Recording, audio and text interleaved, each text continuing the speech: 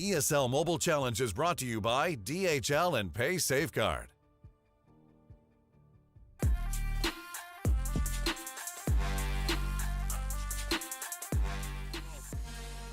Welcome, ladies and gentlemen. It is the ESL Mobile Challenge. We are leveling up. We are back. It is Play Day 8, the final day to see who is going to be our top 4 teams. I'm Lee Smith, and joining me once again is Lethal and Ark for what is going to be a very entertaining day of matches. I assure you of that.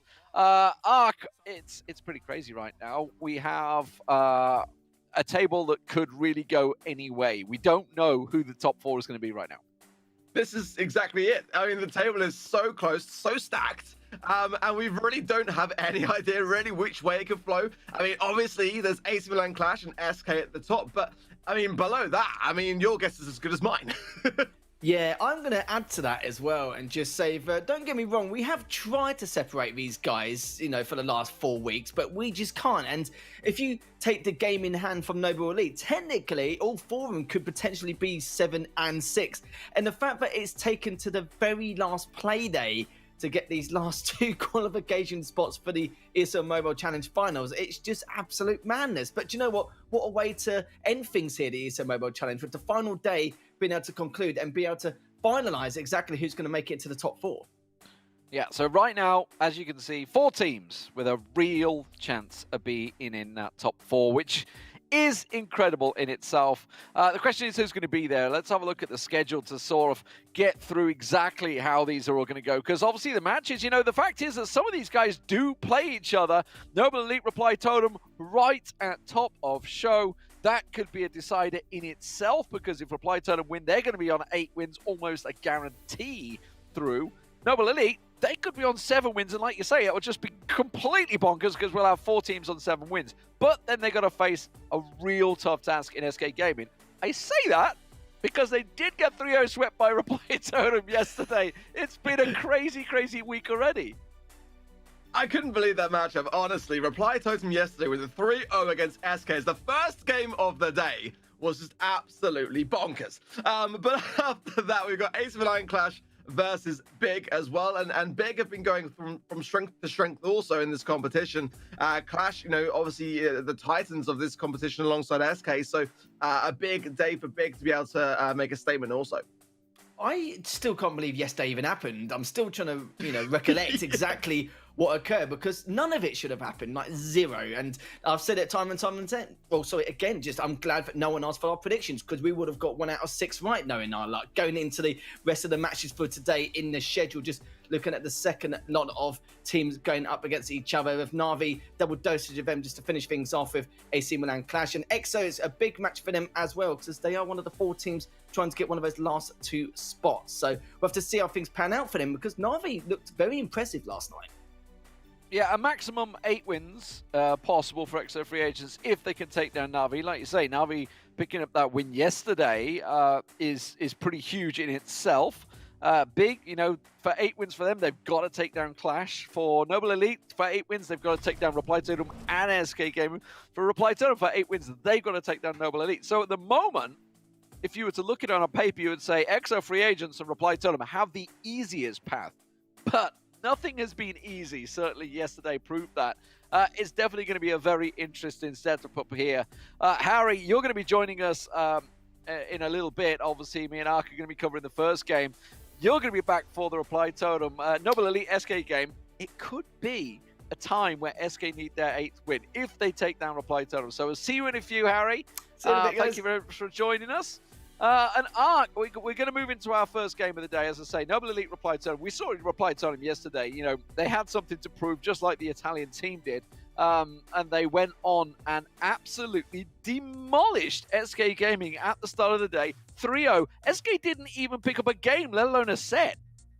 Yeah, exactly. And we couldn't believe our eyes, honestly, and it was a fantastic thing to see. Reply Totem are also in the boot camp right now as they go on to take Noble Elite on today. Andre, John, and Melanie.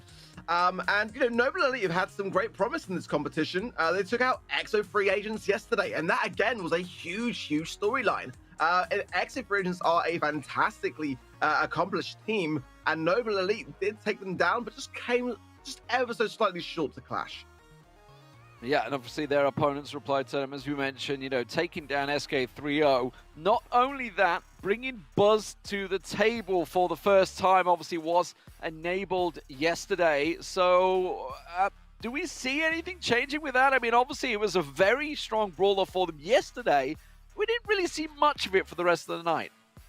Yeah, and it wasn't necessarily even utilized in the best way. I mean, we saw, Gear giving it a try on Clash, and it just wasn't pulling in any results. But I've got to say that when Reply Totem used that brawler, it did work out wonders for them. And I've got to feel like they've been practicing that.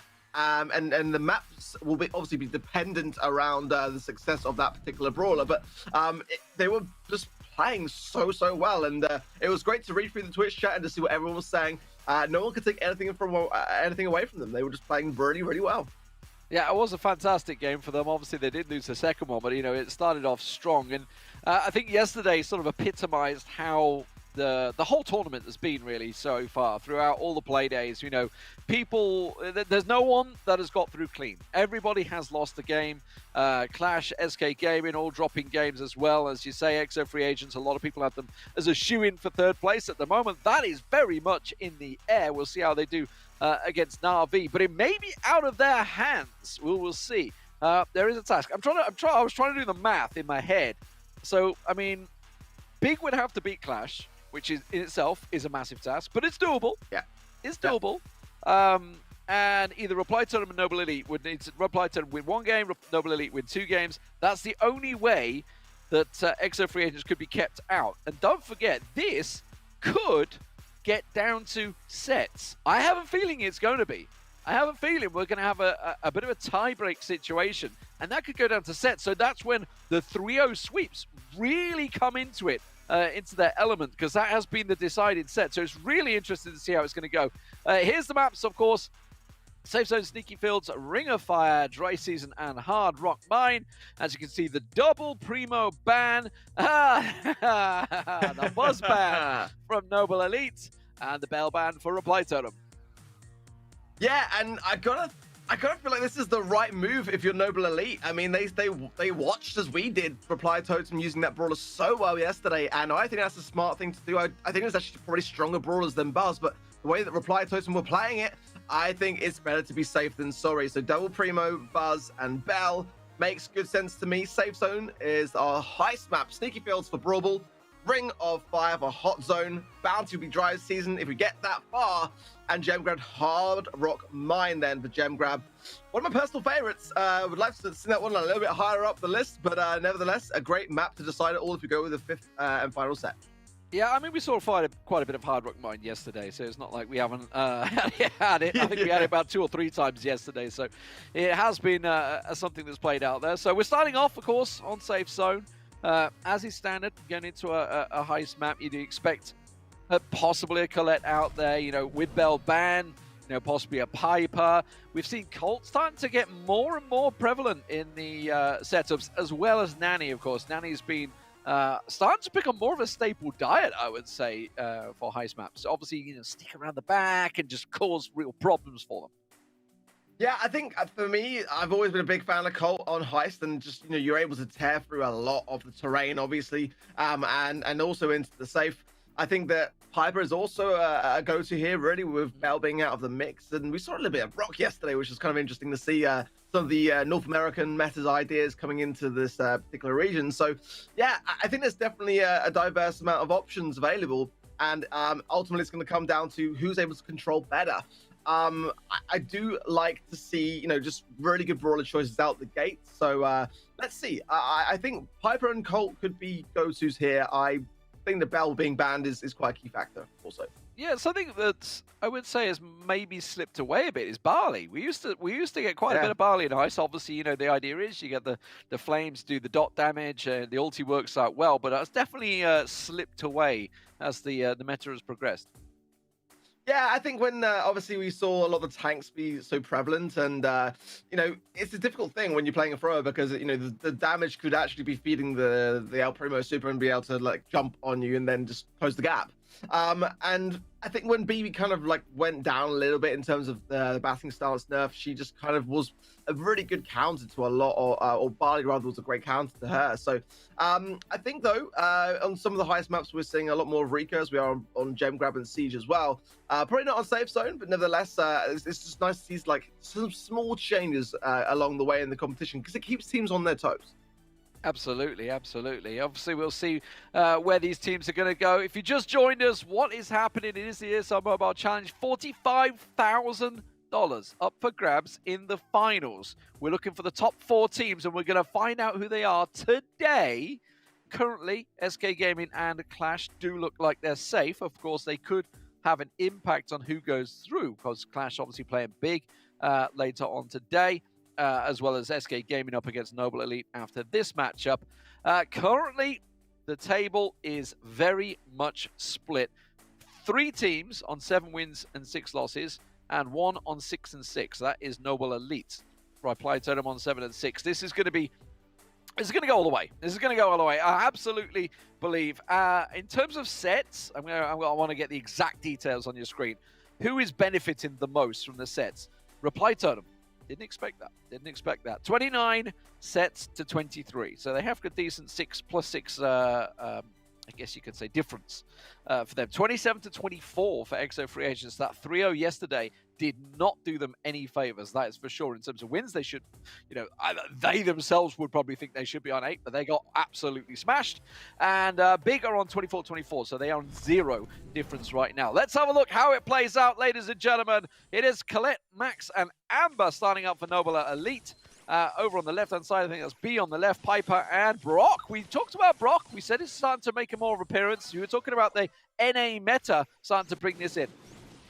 Yeah, it's not. I prefer the Brock to the Penny rather. I think Penny here can work. We saw actually Clash utilizing that particular brawler on this very map yesterday very, very well. Sorry, it's the Penny and not the B. Yeah, the Penny is the Christmas skin elf Penny, I think. Yes. The turret there is really, really good, and I think can have a lot of defensive capabilities on this map.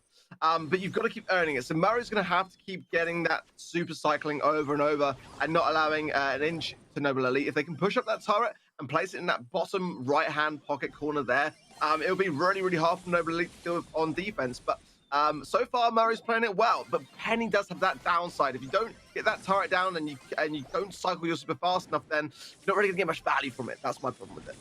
Well, this is a lot of damage from Noble Elite. This is a real problem at the moment. Reply Totem getting the damage down. Noble Elite, they're in trouble. They have finally managed to regain a little bit of control and cleared out the pressure from Reply Totem, but that is some real good damage they got down. Andre on the right-hand side going to start being a nuisance here, and he's going to draw the team away at the moment, but it's not if he takes a few hits to the face straight away like that from Soida Bressa. And now it is all on Reply Totem. The Colette damage just not going to be enough, I'm afraid, and now they're in trouble. Yeah, really are, because the Penny turret's knuckled down. Look at the shots just raining in. Really, really difficult there for Noble Elite to really do much on the defense. And that's the power of it. It's just one of those comps that I find is just a little bit unpredictable sometimes, especially if you get overrun quickly. But if played right, then Penny does have a place in safe zone. Absolutely, worked out well. Let's talk adjustments, what these teams could do. The Penny working out well this time around.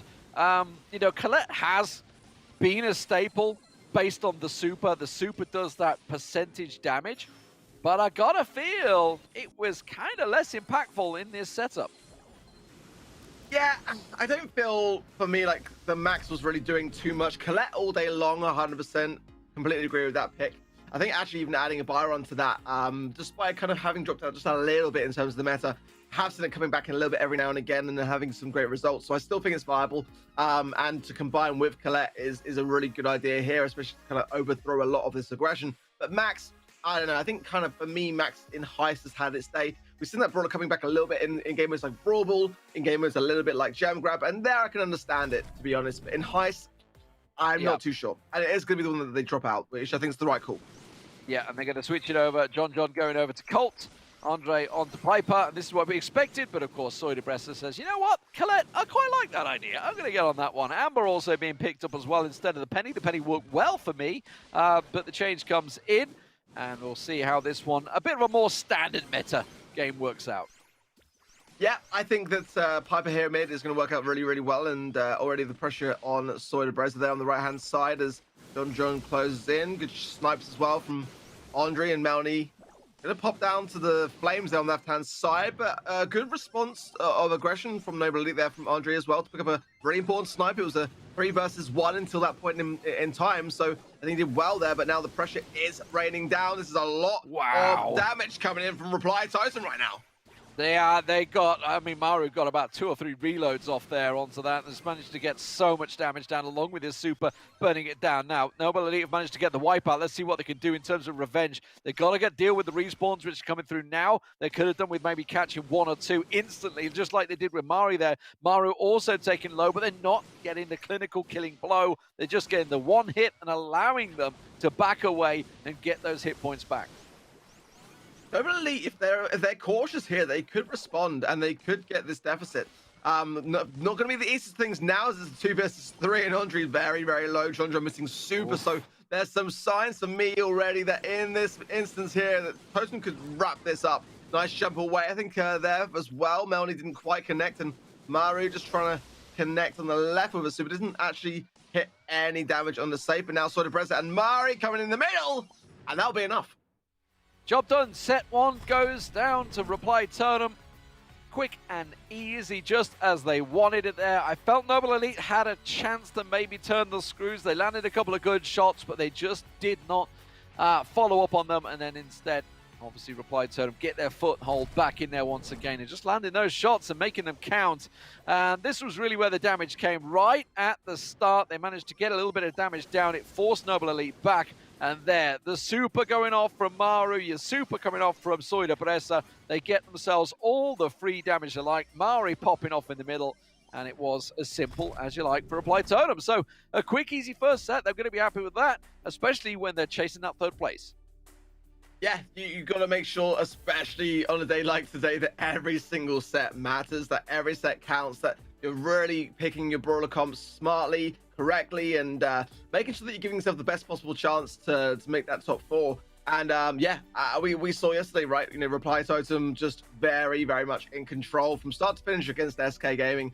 They're looking very good today as well. And I know I'll mention it again that they are in a boot camp situation right now. So they are, sitting across from each other, being able to communicate in real time. And I feel like that's going to be helping them on some level because we're seeing them be so consistent at the moment. And good on them because they have absolutely stepped up their game. It's been quite visible how much they've stepped up their game. We're moving on to Sneaky Fields next, Brawl Ball. Sneaky Fields, we'll see what they're going to bring to the table with Brawl Ball. Obviously, we've seen a couple of brawlers coming through. Probably going to go back to, revert. We've started seeing Nito more and more once again back on the fields of the Brawl Ball, starting to make a stronger impact, as well as a couple of different ones. Obviously, M's been in there. A lot of Barley. Definitely coming into the Brawl Balls. And I'm trying to think what else. What am I missing? Gene, of course. Gene, who was ordinarily banned, isn't available and absolutely could be a big pick. Yeah, Gene really is a game turner, pretty much in every game mode, more or less. And in Sneaky Fields, you've got that ability as well to remain hidden in the mid. If you have your super and you pull your magic hand ready to go, then, where you choose to connect from is kind of anyone's guess. You can get a lot of tanky brawlers as well as Sneaky Fields, like Roses and also Franks, to kind of close the gap and not really, give you any upper hand or warning as to where you might strike from. But great to see both the M's and the Needs, like you said. And the B as well is definitely going to be a good thing for overtime. Barley's as well. Tara on the side of Reply Totem. I like comps on both sides, to be honest. It's going to be quite close. Well, Mari trying to sneak in there. And obviously, as you say, the difference being the B instead of the Gene. And Soy Debressa getting caught out of position. The ult super comes down. This is a real chance to try and get that cheeky shot in. It should happen, and it will, but it's get quickly defended. John tries to put it across to Andre. The pass comes through. He's just going to run it on in. You wouldn't ordinarily say Barl is the ideal brawler to run it in, but he managed to get away with it. Yeah, in that really difficult spot there where, Reply Totem on defense, Barley can really come into Look his at this element. aggressive And start. yeah, Bruce to push it all back, Barley to come over the top, and I think maybe a couple more ticks towards Andre having a super, and then Reply Totem are going to really suffer as this last call comes down there. Maori has to get a pull. He has to deflate some of this attention because at the moment it's going one way. Been taken off, and this is going to surely be it. I expect the Bruce Bear to come down. Doesn't matter, Soy Breast are picked off. Which way are they going to go with this one? They do throw down the honey. It's not quite enough. They get the pull in there just in time, and that will slow the attack down. I love what Noble Elite were doing, though, but Reply Totem have handled the pressure well, and now John just defends. Wow, that was very, very important timing. Reply Totem, because I felt like that was only going to be going one way. Bruce coming in now, gets the takedown on Maori, and the heals are going to come in from that Bear With Me star power straight back into the pocket of John there as it goes on the assault. You can just see how much of a game turner Bruce has become now with the meta in the situation where it is. And I mean, if the score doesn't change, again, the goal is with Noble Elite. It will go their way if Reply Totem do not respond here. Absolutely. Like you say, the reloads, that Bruce Bear coming out is basically burning the ammunition for them. Something that they really don't have enough stock of when they get the respawns, getting pressured back, which is where John is trying to make it work. You can see, Soy Depressor tried to hit that super and try and put the pressure down. 10 seconds to go. We need some superb play. Mari managed to get the shot off. Mari's going to try and go for the shot through, but the Bruce Bear coming through. The pass. Oh my God! How did he make that work? I've got to look at the replay of that one because I don't even know how the ball made it through. The timing on that as well, because the game was almost over. It had to have been then or never in this matchup. And that's already a 3 versus 2 here. Great in favor of Noble Elite here, but Maori has got the magic hand. You're looking to connect it or at least pressurize with the idea that he could bring it out at any time. Maori coming back as well with his black hole. Everyone is getting into position now, and I feel like momentum is definitely with Reply Totem as they approach the Noble Elite goal. They're putting the pressure on, looking to get the shots away. Oh, deflected on the line now. Maori trying to look to walk it in. Is he going to have enough hit points? Oh, he got took down! How in the world did that happen? That looked like to all the world he's in, and Melny just caught him on the line. We all forgot about Melny. I thought Melny had gone down. He was just waiting for his moment. I don't think that's... Oh, super! No, just not enough time. Sorry, Britain did not have super before that moment in time, by the way. So I thought it was a certainty that he wouldn't be able to shoot and score. But that was a lot different to Heist. That was a very back and forth affair, and it's actually going to have to be a rematch. And as the draw was there, with all the action, you kind of didn't almost look expect at this that it goal. would Let's be. have a look. Andre's there, Melny's there, comes across to Maru. Maru gets the shot past Melny. Oh my word. And then again, on the line, look at that! The shot from Melny just catches him on the line. He's about to kick the ball, couldn't do a damn thing about it. That would have been Totem picking up the win, but no. It's a tie, and it means we go again. Do we see any changes with the picks? Magic Hand really didn't come into it, despite the fact Gene was there. If anything, I would say Melny's B was more impactful. Yeah, I'm a big fan and advocate for B here, honestly, and that last shot, how important was that for Melny to not miss, because that could have gone a very different way. I think that B is a great brawler just to counter a lot of tanks, to have for overtime and just to really pack a punch. So I think it's a good shout and a good call to have. And but based on what we've seen already, I think that we're not going to see many tanks. I mean, with M's at play and also B's, I think that you might be kind of giving your team a disadvantage going with that. I do, however, still stand by that Totem Reply Totem have got a really good comp if they can make it count. If the M's can really focus on the Bruce and get that taken down swiftly, but you can see how much of a difficulty it's going to be for Maori there and Maru otherwise. Sport from Beyond coming in from Maru, and Mari trying to find a little shot on this left-hand side. Defended nicely, though. Seeing if there's any little hole in the defenses there. John back out quickly, though. Along with the last call from Andre, just to prevent them back in there. That's the pull they were looking for. Get rid of that pesky Nita. John down. And now Andre is going to get picked off on the side. If they've got a magic hand available, which it does look like they have, if they can find one on Melny, which is what they're possibly looking for, to try and remove that wall as well in the middle, that would open up the field massively for Reply Totem. Just gonna be careful here. Yeah, Maru was able to find a really nice timing on that black hole. And again, though, without the ball, Reply Totem can't really do much from this. They're gonna have to really use the M's, in my opinion, or try to get a double stuck with the Tara on two members of Noble Elite here. Maru, I think, could have probably committed to that a bit earlier, because now the respawn's going to come in for Mounty and still going to leave us 2 versus 3. I think if they just kind of committed with a bit more aggression and a bit more explosiveness, then they may have been able to get a goal here. But as it stands, they're just going to keep kind of picking away at Noble Elite rather than trying to really get this team wipe that they're going to need, or at least get their positioning. I guess they're going for like the long game approach. They want to stay in this position going into overtime and then trying to capitalize there. I'm a little surprised by Mari's pull there. He didn't really have any impact. Tactically, 0 impact on the game. Yeah, you got a kill, but it doesn't matter. They respawned before your teammate even got back. It seemed like he could have held on to that. He certainly wasn't under pressure. Definitely caught me off guard. But anyway, Mario's managed to work out. John goes down once again. Soiderbreast is trying to put the pressure down, but the last call will come down. That's kind of missed most of his target. The shot not going to work out. They did manage to get the wall break in there, but still did not manage to get the damage down. And Soiderbreast is doing a great job at defending. Yeah, really, really important super there. I would like to have seen more supers actually from Soiderbreast in this matchup, because he's been holding on to them for such a long time. And now in overtime, it's definitely going to be not as advantageous with having less cover available. It will still be very good, don't be wrong, but with John here making a little play towards the mid, Valper coming in, trying to get some additional shielding onto Bruce. Maru flickering his super, and he's going to be very careful here. He's going to go down eventually. Just Maru, this is surely going to avail now to a goal for Noble Elite. Has to be passed across, smashed in the net. And that will be the first game of the set going to Noble Elite. They were pressuring, they've been looking at it all the way. And I really go back to questioning some of the play that Reply Totem did there. It was almost like they used the supers just to get a kill, when really there wasn't a tactical impact that they could have made use of. So got to look back at that one. I'm sure they will do, because obviously, as you mentioned, they're all in the gaming house together at the moment, just having a good old look at a boot camp to figure out exactly where they can improve. But Noble Elite, they know they need a win here. They need 2 wins today to secure their place. And at the moment, they're chasing that first set loss.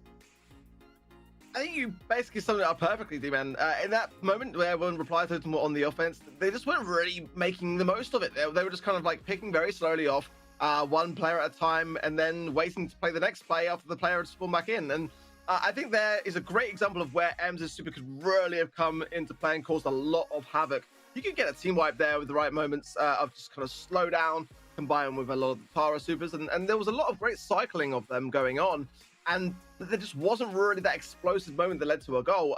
It really could have gone another way, and I think it's a good credit to Noble Elite for being able to turn it around as they did and seize the opportunity for what it was, because they were given a second chance, in my opinion. I love the bait on the overtime as well. They put the ball in the corner, said, go and get the ball, get the ball.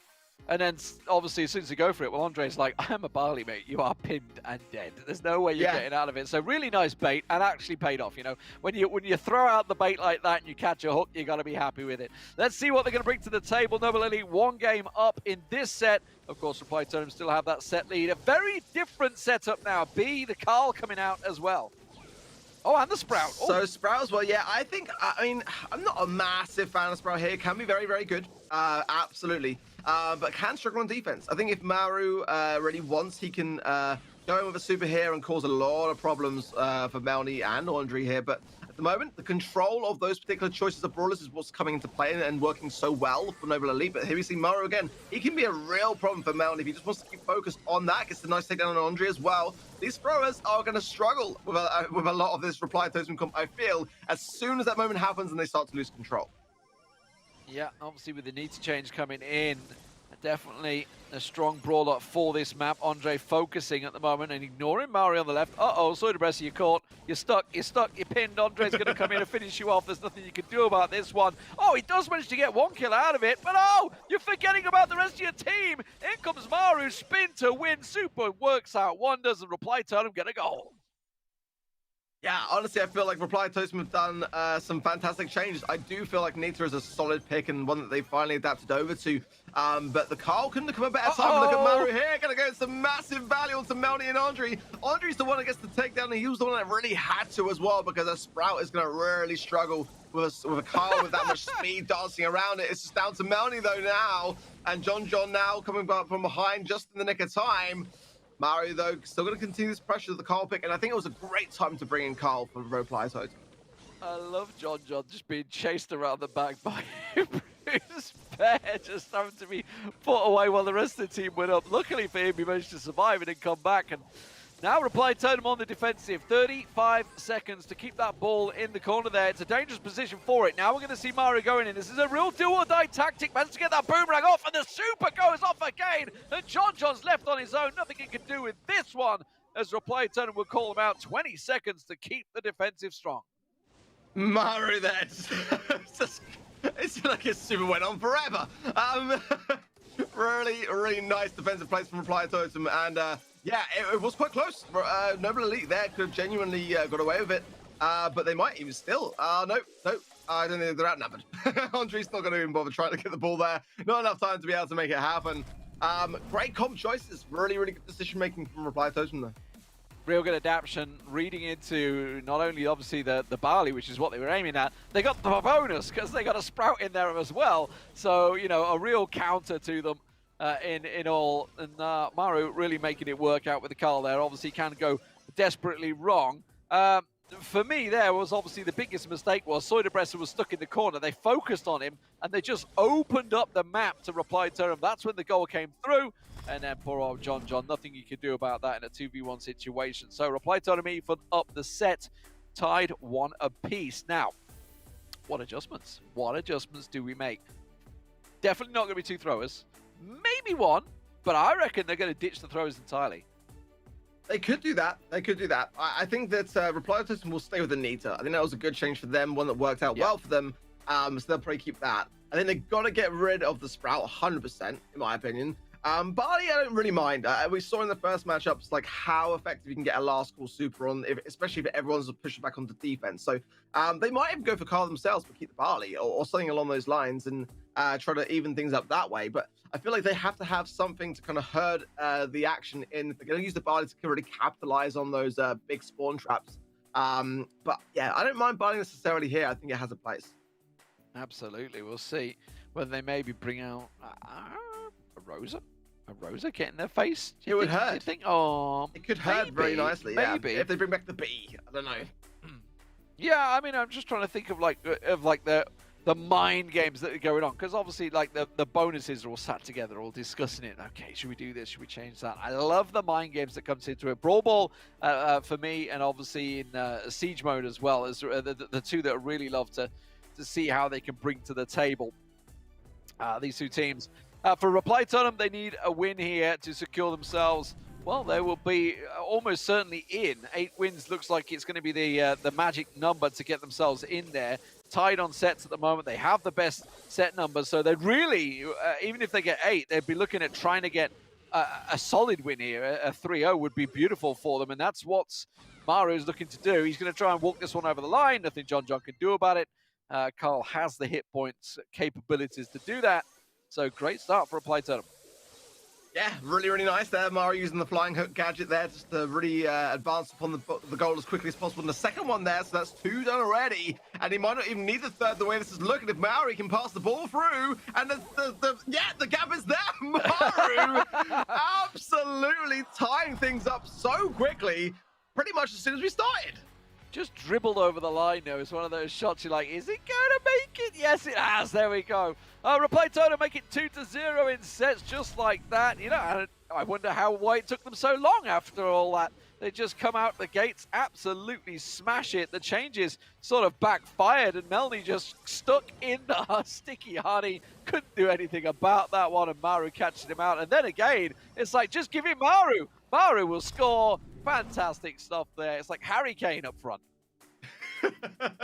We shall see. Yeah, I gotta say, I think Soyderbresser was using M's a lot better that time around. We saw a lot more of him using super behind cover, and it was causing a real difficulty for Noble Elite with that slowdown. But credit to Maru there to finding those moments to really use the flying hook to great effect.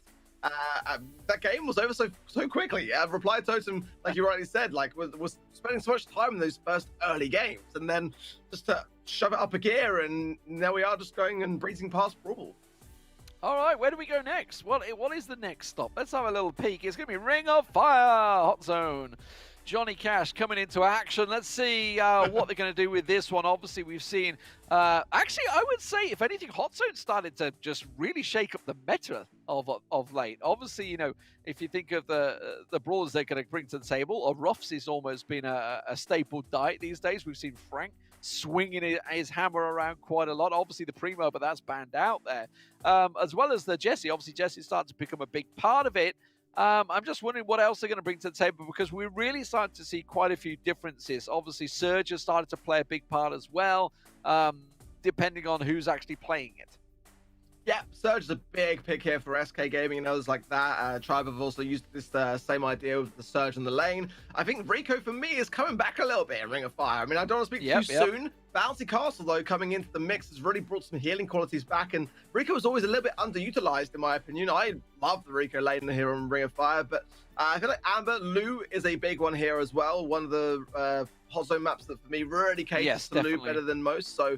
I would be at all surprised to see brawlers like that on both sides, but again, Gene is a great way to turn the game, and one that I always forget about in Hot Zone, it's still viable here, massively so, and it is going to be one that is going to be utilized here by Noble Elite. I like the Crow pick. Totem going to bring in the Penny again. The Penny again, yeah. Yeah, and it can work, but I mean, ultimately, with the Gene pools available, that's the thing that I think Noble Elite have got to their advantage with that particular matchup, is that they can focus their attention on the Magic Hand, pulling the turret through the cover. They will take down the cover and the bush and just continue to shape the map as they please. I'm not sold on Totem synergy here. We'll see how it works out. Obviously, they got the Sprout in there to try and get the overgrowth down, but yeah, I'm not sold on the Penny. I'm assuming he wants to throw the turret in the corner there to just give them that aerial bombardment constantly in there. Of course, the Stew working wonders. We know the Stew can do some great stuff here, and actually some great shots from Sawyer Bressa there onto Melny. So that Magic Hand not playing a part in this one's very even map right now, but that's what I was talking about. As soon as that turret goes down, Melny would just drag it out the way. Yeah, and that's the thing, that it was a great time to bring in the Gene pick alongside that counter there. But one thing I gotta say though is Totem's comp has got a lot of control-based ideas along with the aggression of Stew. So I do feel like they might be able to pull this one out of the bag, despite there being a lot of area denial and counters to some of the ideas that are being ran by Totem with Noble Elite. It's very close though, 41% on each side, and now Andre just trying to make it just a little bit more so before Melny has to be retreated back as well. John rushing in with a big dash in there from the Crow on the right-hand side, and he's a key component really here into putting the pressure back to bring this into Noble Elite's favor.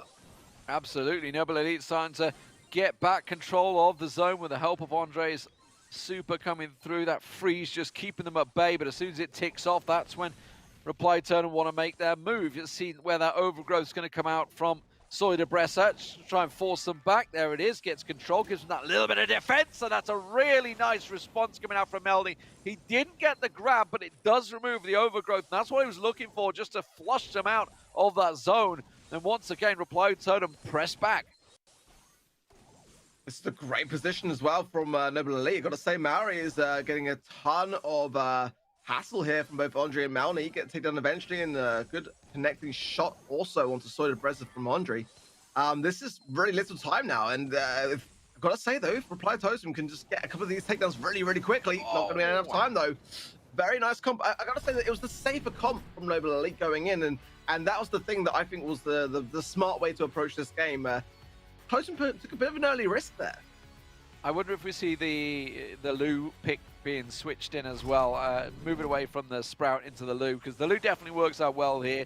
I like the idea of the Sprout, but as you say, the Gene coming in, it sort of counters it instantly. Yeah, Gene countering the Penny, and I think as well, like Amber would be a good shout if they wanted to consider taking out that Sprout and bringing something in. The Penny pick is, you know, it's not the easiest for a lot of the best teams to really kind of deal with.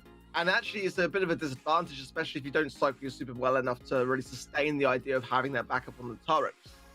You know, for me, Reply Totem have got to drop the Penny, drop the Sprout as well. Hit the Stew. I think Stew can work really well here, actually. They might want to consider a Gene themselves, but definitely bring in a Lou, possibly an Amber or something along those lines. But Yeah, I mean, I would love a Bell mid here myself, but obviously being banned, that's not going to happen. But I think with the bans that there are there, being Buzz, Bell, El Primo on both sides, then that's where I would go with this. I think Sprout and Penny is a bit just too out there.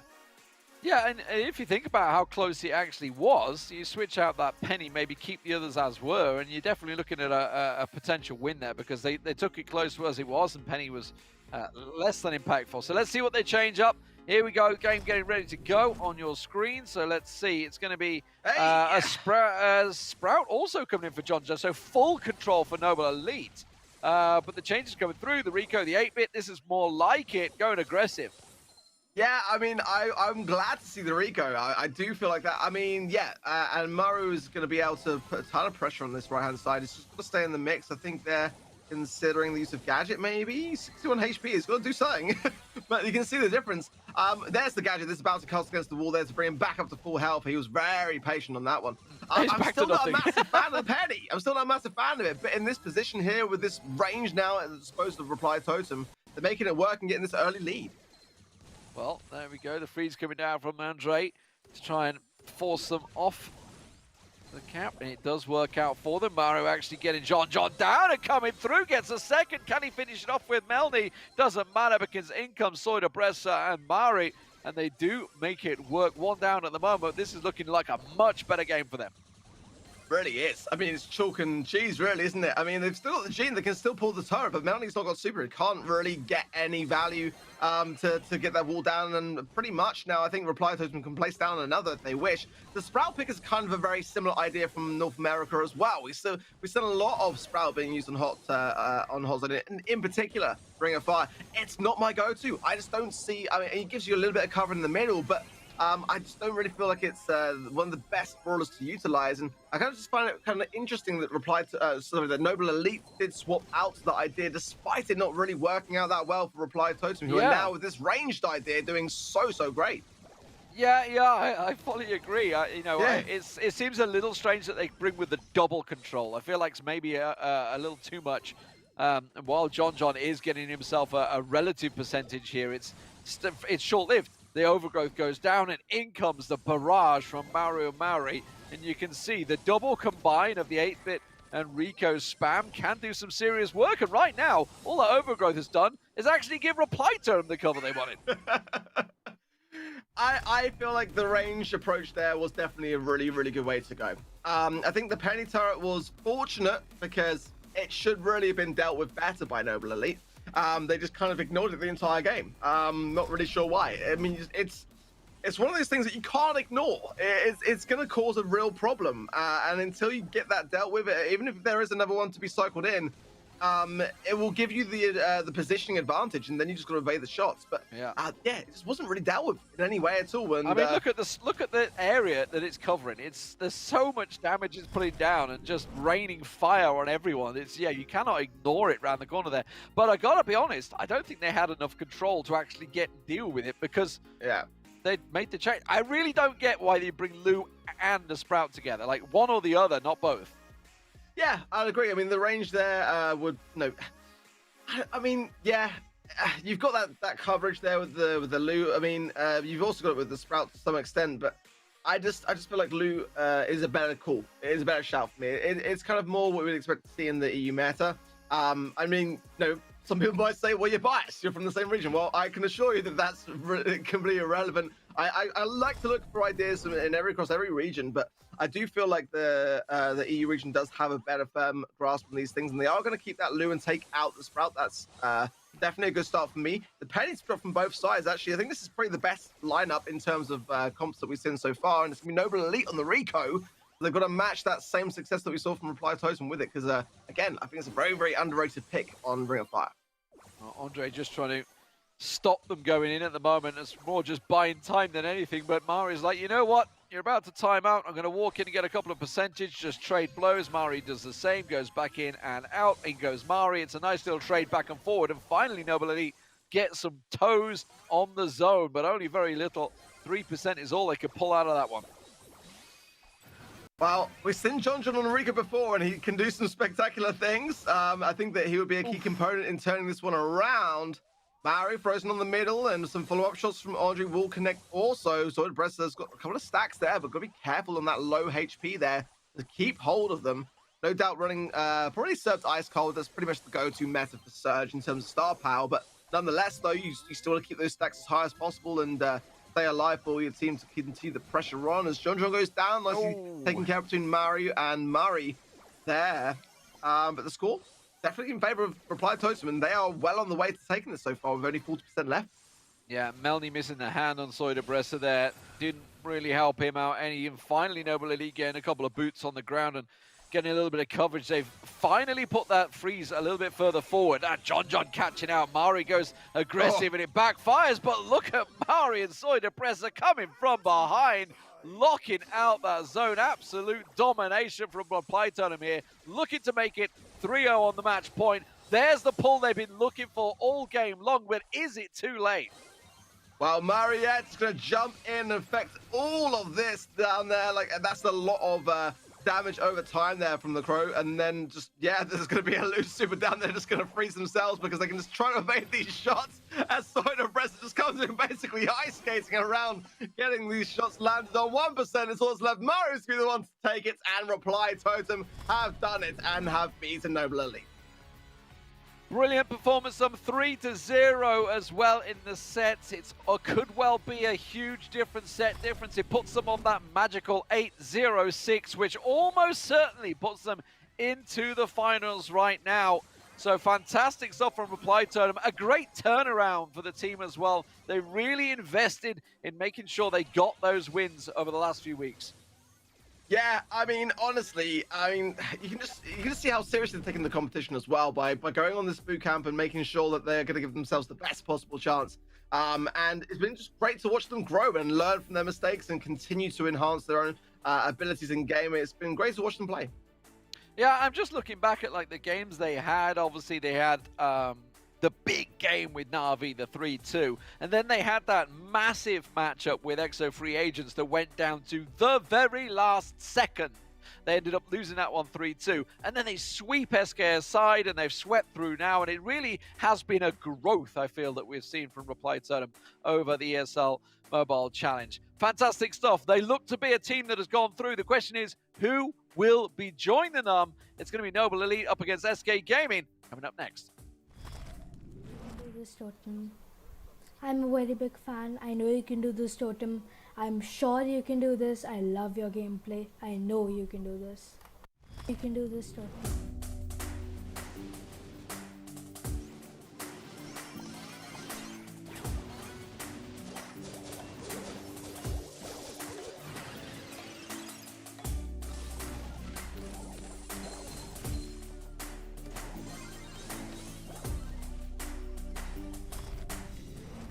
Playdays 3 and 4 gave us a glimpse of your true potential. You defeated Na'Vi, you defeated Big Clan, and you put up a really good fight against Tribe at the time. How realistic is achieving top 4 for you now? I think it's quite difficult to say. All of these teams are on such a high level, and we showed in the second week, as you said, that we can also beat teams on this level. And I think, as you can see from the standing as well, all the teams are very close by each other, and for everyone it's a tough competition, and everyone wants to get to top 4. I wouldn't say that it's super realistic we get into top 4, but I also wouldn't say it's unrealistic at all. I think still for every team they can achieve top 4. You just have to win basically everything there is, and then we get into top 4. So yeah, I think we can achieve this, but we really need to try hard and show our performance as in week 2, yes, and continue this performance now in week 3 and 4. Your team in general have pretty much ruined a lot of the predictions from the casters and the audience as well, left, right and center. And we don't know what to expect from you now. Can you tell us exactly what your biggest strengths are? Yes, as I said in the last time, one of our biggest strengths is when it comes to picking comps and the understanding of comps and maps. And I gave a lot of this credit to myself. But of course I deserve credit for this, but I would also like to credit the other players, because it's not only me doing comps. We are always in VC talking to each other about what could happen next and how we could react to those picks that we think they could pick next. And also our analysts and our manager are doing a lot of the work behind the scenes. So it really takes a lot of the pressure away from the team. So the team can just focus on playing. And I think having a great staff and a great team chemistry overall is like also what sets us apart from a lot of the other teams.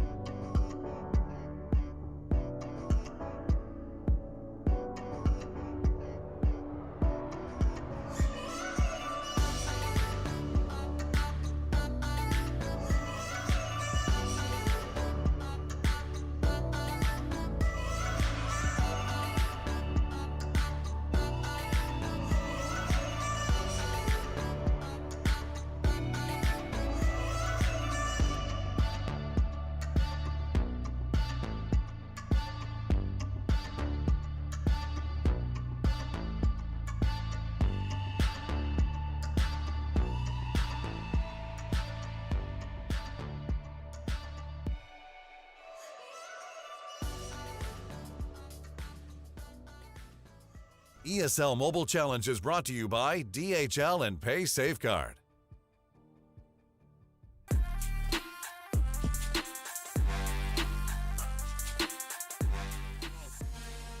Welcome back, ladies and gentlemen, to ESL Mobile Challenge. I'm Lee Demon Smith, and joining me is Lethal for this one as we look to move on. Reply Totem, though, they look like they might have done it, Harry. It looks like they've just about pulled enough in. I feel like they have as well, yeah. Noble Elite did have a game in hand. They had to play the first two matches of the day. It's the opener to finish off play day 8, or just finish off the play days just overall. Not something they wanted. They definitely gave it their damnedest, but it just wasn't enough, as Reply Totem have been looking so good, like ever since yesterday as well, especially, and they're continuing to come up that momentum strong today. Yeah, I mean, their 3-0 yesterday against SK, that was like just a big marker, in honesty. You know, when you think about it, especially when they're a team that go into the finals and almost certainly are going to be facing off against the likes of Clash or SK, probably in one of those games. You know, they're looking to be third place team. SK and Clash are looking likely to be first and second, or like it's a shoo-in. There's nobody else that can beat them because there's just not enough games left. So the fact that they've already had that 3-0 win over SK is definitely a confidence booster going into next week. Just the fact that it was 6 games in a row, I still can't go over just what happened yesterday. It was, I feel like SK weren't themselves, but Totem were just playing how they usually play, like, you know, very fast, aggressive, you know, showing a lot of, you know, flanking and individual ability, like everything. coming together for them here. And I'm glad that we haven't seen any of those inconsistencies like from 6 to 8 weeks ago leading up to this moment, because this could be their, one of the very few chances they can win the entire thing, we'll have to say. Yeah, absolutely fantastic stuff. And as if to amplify the point, I think we've got Inso on the line, hopefully, available to have a chat with us. How you doing, buddy? Congratulations. It does appear so far it looks like you're in. It could be going down to sets, but we don't know. But it looks like you're looking like you may well have made the finals. Hey, thanks for having me. Yeah, I think this win was like a must win, and now we have to hope for other teams to sort of like lose or drop some sets, and we should be fine. Yeah, I was going to ask just a quick question about yesterday rather than what occurred today, as Demon already explained. But, in terms of when you played against SK Gaming, of course, that wasn't a score you didn't expect. Like, I don't think anyone did really. But how did you manage to beat them back-to-back in so many games? I know it's quite a generic question, but was there anything you were feeling in between? Do you feel like SK were just feeling a bit inconsistent? Were they just not playing the same as they used to? Tell me a little bit more about what happened in that series against SK yesterday. Giving a thumbs up as well, it's all good.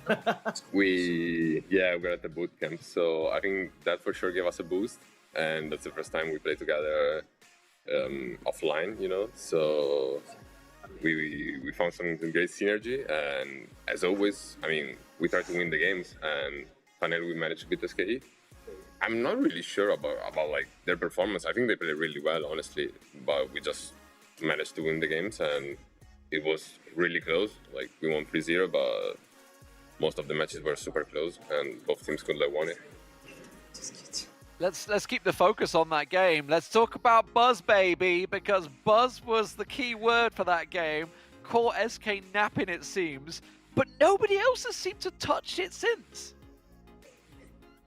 Yeah, today they also banned the Buzz in our game, so I think we sort of like showed that it's a great brawler, but I don't know, like we didn't really practice it, so we just tried, and I guess we surprised SK with our picks and our comps, and yeah, we managed to win the game. That's going to be it, I think. I was going to ask one more thing just beforehand, because I'm glad you did actually mention about, how it was against SK. But, you said they played really well anyway. You must have played out of your skulls, like, in comparison. This boot camp, just one more question regarding it as well. Are you going to be keeping up with this boot camp until next week, or are you going to be boot camping longer for any other competitions as well in total? But I assume you're going to be there together for at least another week leading up to the ESL Mobile Challenge finals. That's a good question. To be honest, I'm not sure, because it's still like an expensive thing to do, and with all these online sort of like tournaments and all the COVID restrictions, it's not that easy to travel for all of us. So I hope Totem and Reply will keep giving us these opportunities, and I think we showed that it's helpful, and that's a great thing. Yeah, absolutely. I completely agree. It's great to see, obviously, a lot of people that look at mobile gaming and say, well, you can do it anywhere. But no, absolutely, boot camps definitely work. The communication that you guys clearly have shown since you've been there has paid off. So congratulations once again. It does look like you're there, but keep your eyes peeled, because there's a couple more games to go that could decide otherwise. Big and EXO free agents will have a big say in that one. So I'll give a bit of a wave back as well. Great to see the team there. Great to see them in good spirits. That's Mara, by the way. Well, thank you very much. Let's move on to the next game. So coming up, we're moving on to obviously Noble Elite, who, well, unfortunately for them, it looks like they maybe can't make it through now, because it does put them on 7 losses. Of course, we just saw Andre, John, and Melanie in action there, losing out to Reply Totem, and now they're up against SK Gaming. It's definitely going to be a tough old task for them. Yeah, I do feel it's a real shame, though. I think Noble Elite, considering what we predicted of them and knowing that they almost managed to qualify, they've put on a great performance, and they should be really pleased themselves, because they've worked, a huge amount, put a lot of time into this to try and be able to excel enough to get into that top 4. But they were so close. But of course, a lot of these top names, you'd expect them, in terms of predictability, be in this challenge finals here, and SK are here to solidify it. So we'll be looking at Noble Elite, where we haven't really got anything to gain anymore, and SK have got nothing to lose, really, as we're just looking at the maps as well, with Factory Rush starting things off. That's going to be a fantastic way to kick things off for SK, as it will be going to Gen 4 straight afterwards, Shooting Star, Super Stadium, and Split. And, you know, pretty much the same bands that SK makes every single time. And Noble Elite, we've seen those bands quite a few times as well, with the Primo, the Bell, the Amber, and the Ems. Yeah, and we've talked about it so many times. We know that Siege can be one of the strongest modes that SK Gaming have in their locker, but, you know, yesterday was a big surprise for them, for everyone involved, I think. You know, so it's going to be interesting to see how they react. I always feel that, you know, when you see a great team go down so hard, that you should be fearful of the next game that they have, because it may well be a pretty fierce backlash. Of course, the fact is that they are qualified. So, you know, foot off the gas could just simply be the case for them. And they're taking this one a little bit more chill. Yeah, and also, so just going back to the interview earlier with Totem, if I was in their position and we had, you know, some fantastic series, or we've, you know, got a lot better over time than last week, I'd be staying there. I'll be staying there till the end of next week. I'll be like, I'm not moving from this spot until this challenge finals is over. Just a little bit of a surprise for me, really, as I thought they'd be staying there at the end of the week, but they're not too sure. Yeah, but you know what? After what just happened in terms of the circumstances, they might actually stay. We'll have to see. I'm sure we'll get an update from them eventually, nonetheless, leading up to those challenge finals, if they qualified, of course. But yeah, SK, they need to take I wouldn't say they're too angry about yesterday. I think they're right, though, in terms of what Inso said. Totem, they played very well against them, but SK may want to try and not rectify the mistakes, but just trying to regain a little bit of their pride and their confidence coming into this last matchup for them. Last matchup for Noble Elite as well. As you can see, Melny and John have just put it in that left lane already. Andre does take out one. Jet has taken a fair amount of damage, but so does John. So John could try and make something of this, but he could not, as Jetton does take him down, and that is going to be quite an early start here for the side of Noble Elite. And that's exactly what the Piper wanted. Remove that cover. Scarix making it work well. And it's going to be a pretty darn solid defense here. Not a scratch on the SK Ike. And now we'll see how this continues. Obviously, both using the double stews in there, the double, I was about to say the double recodes, but it's not, it's the recode and the Lou. I'm a little surprised by the Lou. I mean, it is a defensive, obviously, what they're looking at, whereas SK, no defensives. Ordinarily, maybe see a Lou or a Sprout or just something like that, but they're full on aggression, but it's not paying off for them. They're not picking up. And I've got to be honest, I think they're not picking them up on purpose right now. They are avoiding the bolts. They could have picked them up plenty up there and just did not choose to. Yeah, some people would say, like, maybe back in the day, it's, you know, quite a clever play to do, but nowadays it's just common sense, really. They're trying to make sure they can get this final bot and make sure it's an absolute doozy here. It's been a real struggle for him to get any damage done, and I think a level 7 or 8 bot's not going to make as much difference as a 6 or anything like that. So, you know, just trying to make sure they can get as much of an advantage as possible for the next one, so at least that way, with SK Gaming, either they'll cushion the blow or be able to overtake them. Exactly. So you can see Noble Elite do have a 3-bolt lead. Jetton and Scarix trying to do the best of their ability to regain map control. Semantic's not going to help too much, though, as he does get taken down.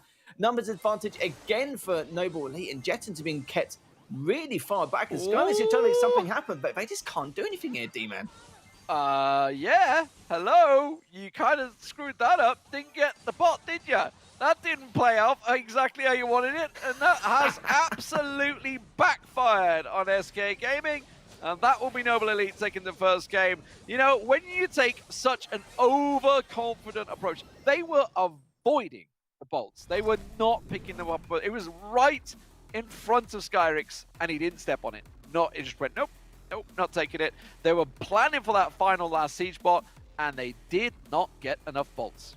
They're known for their map control on Siege. That's why I was a little bit gobsmacked with how the situation the scenario just occurred overall for Noble Elite, because they played really, really well. And the problem is on a map like this, especially when you're pushing around as a wolf pack, together as a team, it's very, very tough to be fully aware on where your opponents could be, because they might be prioritizing angles rather than going in the wolf pack themselves. But they did that beautifully in comparison. Yeah, definitely seemed a little off there. Let's see what sort of changes they could bring to the table. We know Scarix loves his surge. It's a possibility it could work well on this map setup as well, and it's obviously something that works. The Rico, you know, we were just talking with Ark about the Rico. Rico's definitely a strong brawler right now coming into the meta, is starting to be ever more prevalent across, especially on Siege mode. Definitely works so well on there. You know, it's such a close map. A Frank is a possibility, and it's not beyond the realms of possibilities that SK could pull it out, because they have absolutely done that a bunch of times in the past. And you know, we've talked about Siege so many times. There is a bunch of availabilities for them, obviously, as well. The Sprout possibly in there. We know that Noble Elite is still bringing the loot to the table. I just got a glimpse of it there, along with the Stew as well and the Gene. So they're staying as is. The Gene is the change, along with the Stew for SK Gaming. So almost match them like for like. Yeah, I'm surprised they didn't keep the Stew and actually switch to Rico out for the Gene. But we'll see how this is going to work out as Jetton just caught with his trousers down a couple of times in that left lane. Melnino still trying to stay alive on the left side as well, but John does manage to support, but not going to support for long as Skyrix takes him out instantly, but it's not going to change the fact that Noble Elite will get that first spot heading to the way of SK Gaming. So they'll be able to defend this with relative ease, but at the same time, Semantic trying to help towards map control at the exact same time. Just the entire team just trying to be as proactive as possible, because they don't need to really take too much damage here. Semantic's still trying to stay alive, but not for long as Melanie takes him down and gets a bolt to his name. Yeah, tried to get a heal, tried to sneak himself around there, but at the moment the bolts are working well for Noble Elite. You know, they are gaining full map control once again in the middle, and this is exactly what they want. There's the freeze going down just to lock them out of that zone, but it's still very close in terms of bolts. 4, 5, 6 seconds. I think it's going to be Noble Elite once again. Semantic does a great job avoiding the magic hand, but the simple good fact is Noble Elite have the control and they get themselves another bot. Oh, SK actually got the pull in, but Jean managed to just take him down anyway and inflict more damage onto Jetton. But look at this push coming in so far. SK Gaming haven't picked up not a single bot in the last 5 in this series. And it's not something you'd expect, really. Yeah, sure, fair enough. They were playing a bit greedy in the towards the last bot in that first game, but they tried to play it in their favor, but it just did not work. Semantic now trying to make this work with the Stew in that right lane. As you can see, Melanie also trying to do as much damage as possible to keep them away. Skyrix is still helping out Jetton, but Skyrix at the same time not really able to do a huge amount. But now, as I said, that does take down John is able to recover, but both Jetton and Skyrix can't really bait and switch with each other at the moment because they were both very similar HP. And that was beautiful shots there from Jetton. And finally, SK do bag their first spot, and it will be the last in this game, and we're going to see what they can do to defend this as much as possible. And this is the problem, right? You're coming up against the loser. They can throw that freeze down. 10 seconds to go to get, what, 50% of damage down. Semantic's going to get around the side and get some shots off. The bot, 4 seconds. He's not going to get close enough. SK Gaming may well have thrown this one away, and they absolutely have. They left it to the last minute, and they just didn't count on the fact that Lou is right there with a super and he can stop it. That's why you bring a Lou, that's why you bring a Sprout. And SK Gaming, they tried exactly the same trick. They says, okay, we'll wait until that last bot, get that big, strong last bot, that big, long, strong charge, and it just didn't work on them. And Noble Elite find themselves 1-0 up. Yeah, some plays were debatable, and I do apologise at the start, but they did actually have to Stew. It was the Piper they switched around instead. Yeah. That's why I was like, okay, why have they switched to Stew out? But yeah, it makes sense as to why they didn't have to Stew, just getting rid of the Piper, which is fair enough, because in terms of the projectile prediction, it's very, very difficult considering the range he's got to play at. Even though it's quite open space, they're just abusing the map structures so well. But I must say, Noble Elite winning that first set, I'm pretty sure no one could have expected it, and it sounds like SK is still on that downward spiral.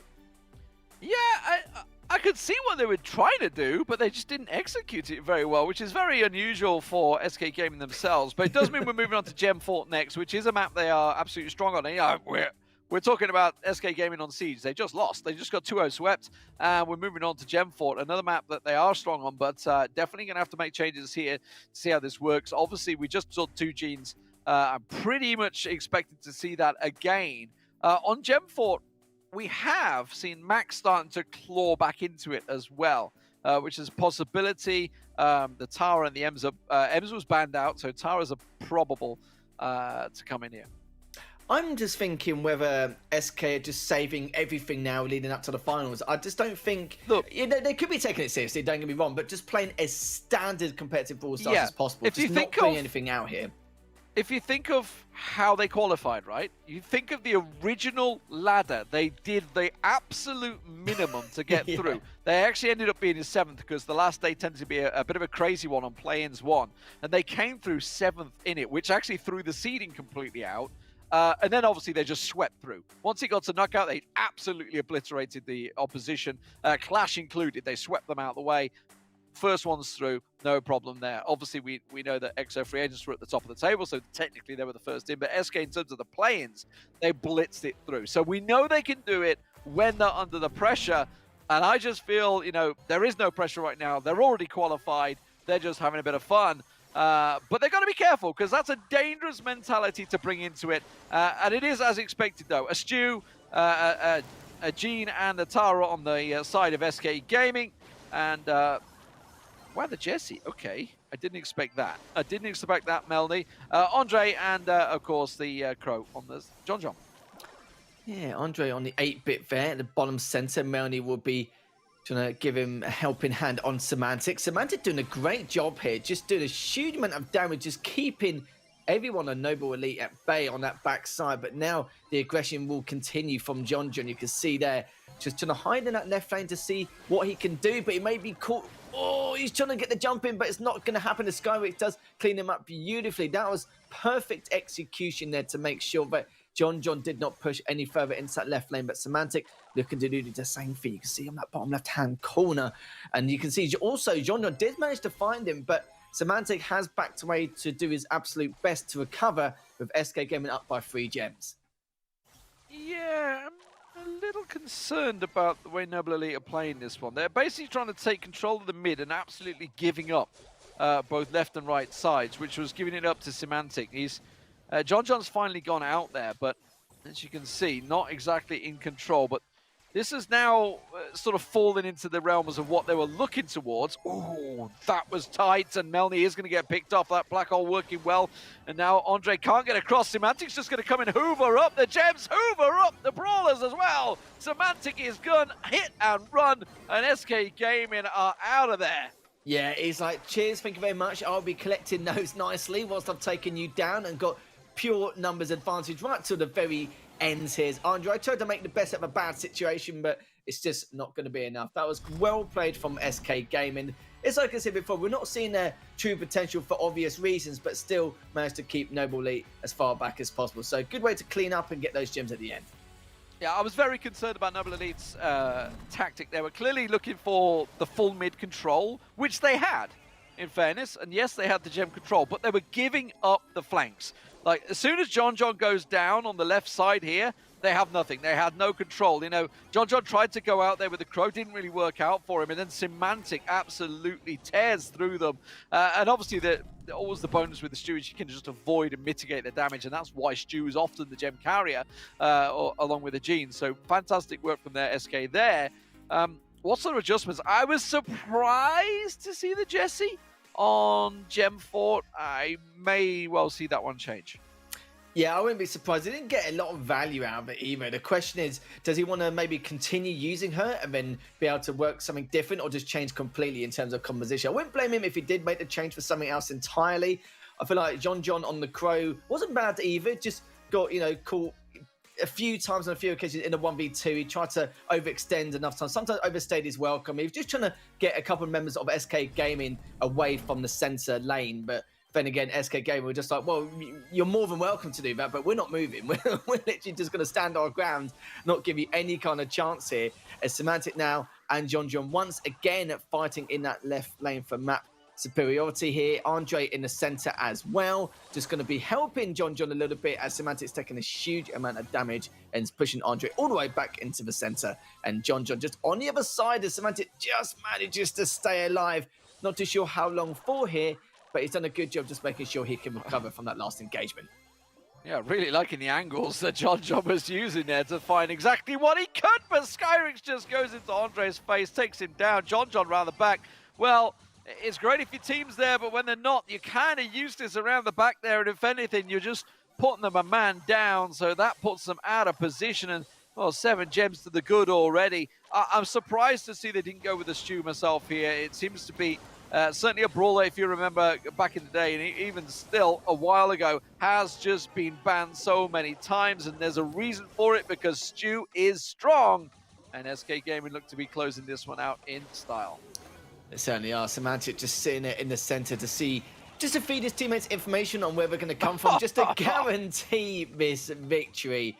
And I must say, that was very, very impressive. You saw John switch to the Rico as well. Didn't even help as much compared to the Crow. I think he feels like that he put himself in too many bad situations in the first game. Second game, it wasn't as bad. He did a bit better in terms of damage infliction, but apart from that, nothing really enough in terms of value to be able to put any more pressure onto SK. So that was very clean in comparison to that first time round. And SK definitely warming up in this series. Yeah, this is the SK we were expected to see, right? Just sweep through, dominate in very quick style there. The double hand grab, you love to see it. Skyrix managed to come out on top, had the support, and then, of course, they're just tunnel vision. They just focus in. And, well, John, you can do what you like. I do like a Rico pick, but I just feel Stu may well have been a better option there. So maybe just a simple brawler choices that not quite paying off for Noble Elite. Now, it means we're moving on. We're going on to Shooting Star, the bounty map next. So obviously going into bounty, we know what they could bring with to the table here. On Shooting Star, I'm trying to decide what they're going to bring to the table here. Generally, obviously, a piper comes into it. Well, I don't need to think. We're going to see it. We're going to see it. I don't even need to think. These boys are shooting through. On Shooting Star, and okay, so the Nanny, yeah, okay, the Piper's coming in, expected. The Brock once again coming out from Jetten there. This is something we've seen. By the way, he's moved away from Goten back to Jetten. I like to see it. Thank you very much for getting your name back right. That's maybe forced upon him. Who knows? Melny bringing the tick out as well as John. Yeah, it's interesting to say the least. You know, with SK, you don't really see SK play a lot of tick, do you? They always seem to play the Piper, the Brock, and the Nani. Sometimes not Brock, sometimes it can be something a little bit different, but they like to prioritize the Brock over the tick, because again, they could be the ones to dictate the pace of the game in terms of having the aggressive approach coming into this matchup. They don't want it to sit back and have to dilly-dally about half the time. But as we say that, though, sometimes it can be the right thing to do. Andre already got the first kill as well as that blue star. Melny gets Skyrix as well, and they were trying to finish off John there, but it's just not going to happen. So a little bit of a surprise there with that Leon. And now Samantha and Jetten just trying to stay alive until Skyrix can come back. Skyrix actually taking down Melny in the end, and John's pushing all the way up here. He's actually on the left lane. Do they even know he's there? I'm not too sure if they do. I'm quite surprised they do not, but at the same time, it's very difficult. You can see that he's just waiting to buy his time. He does get found. Jetten takes him down, as now all three members got the numbers advantage. Looking to continue this aggression. Semantic takes down Melny as well. And this is what I mean about this composition.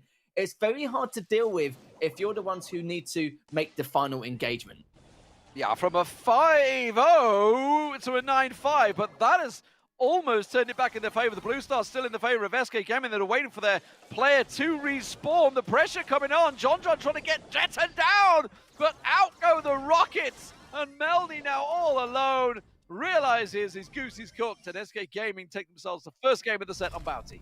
I must say, I do love that composition from SK. Like, I'm not a huge fan of the tick, and especially got a tick on either side. It's like, right, okay, when's the last 15 seconds going to occur, depending on the circumstances of that matchup overall leading up to those final moments. Because it's SK don't want to be that team where they look for an opening tick exploit throughout the entire game, and then when the countdown starts and things get a little bit jittery, they need now to push with a disadvantage in terms of the damage they have to consume and tank whilst pushing up onto them. It's really, really annoying. But at least with this composition, they can speed up, you know, the process of this matchup a little bit faster rather than having to wait all that time. Because yes, you've got to be very aware of what their tick is going to do, what they're going to be up to, where he's positioned, and what lane's probably better for you as a whole to then push on up onto either side.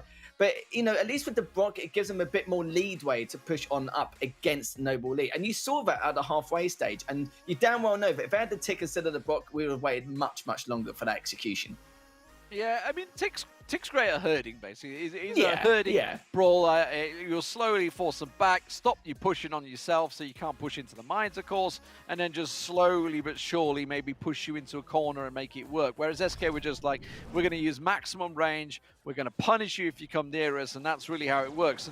And Jettin, you see coming straight away, getting that wall break in there, trying to prevent MENA from standing behind that wall and being that defensive unit.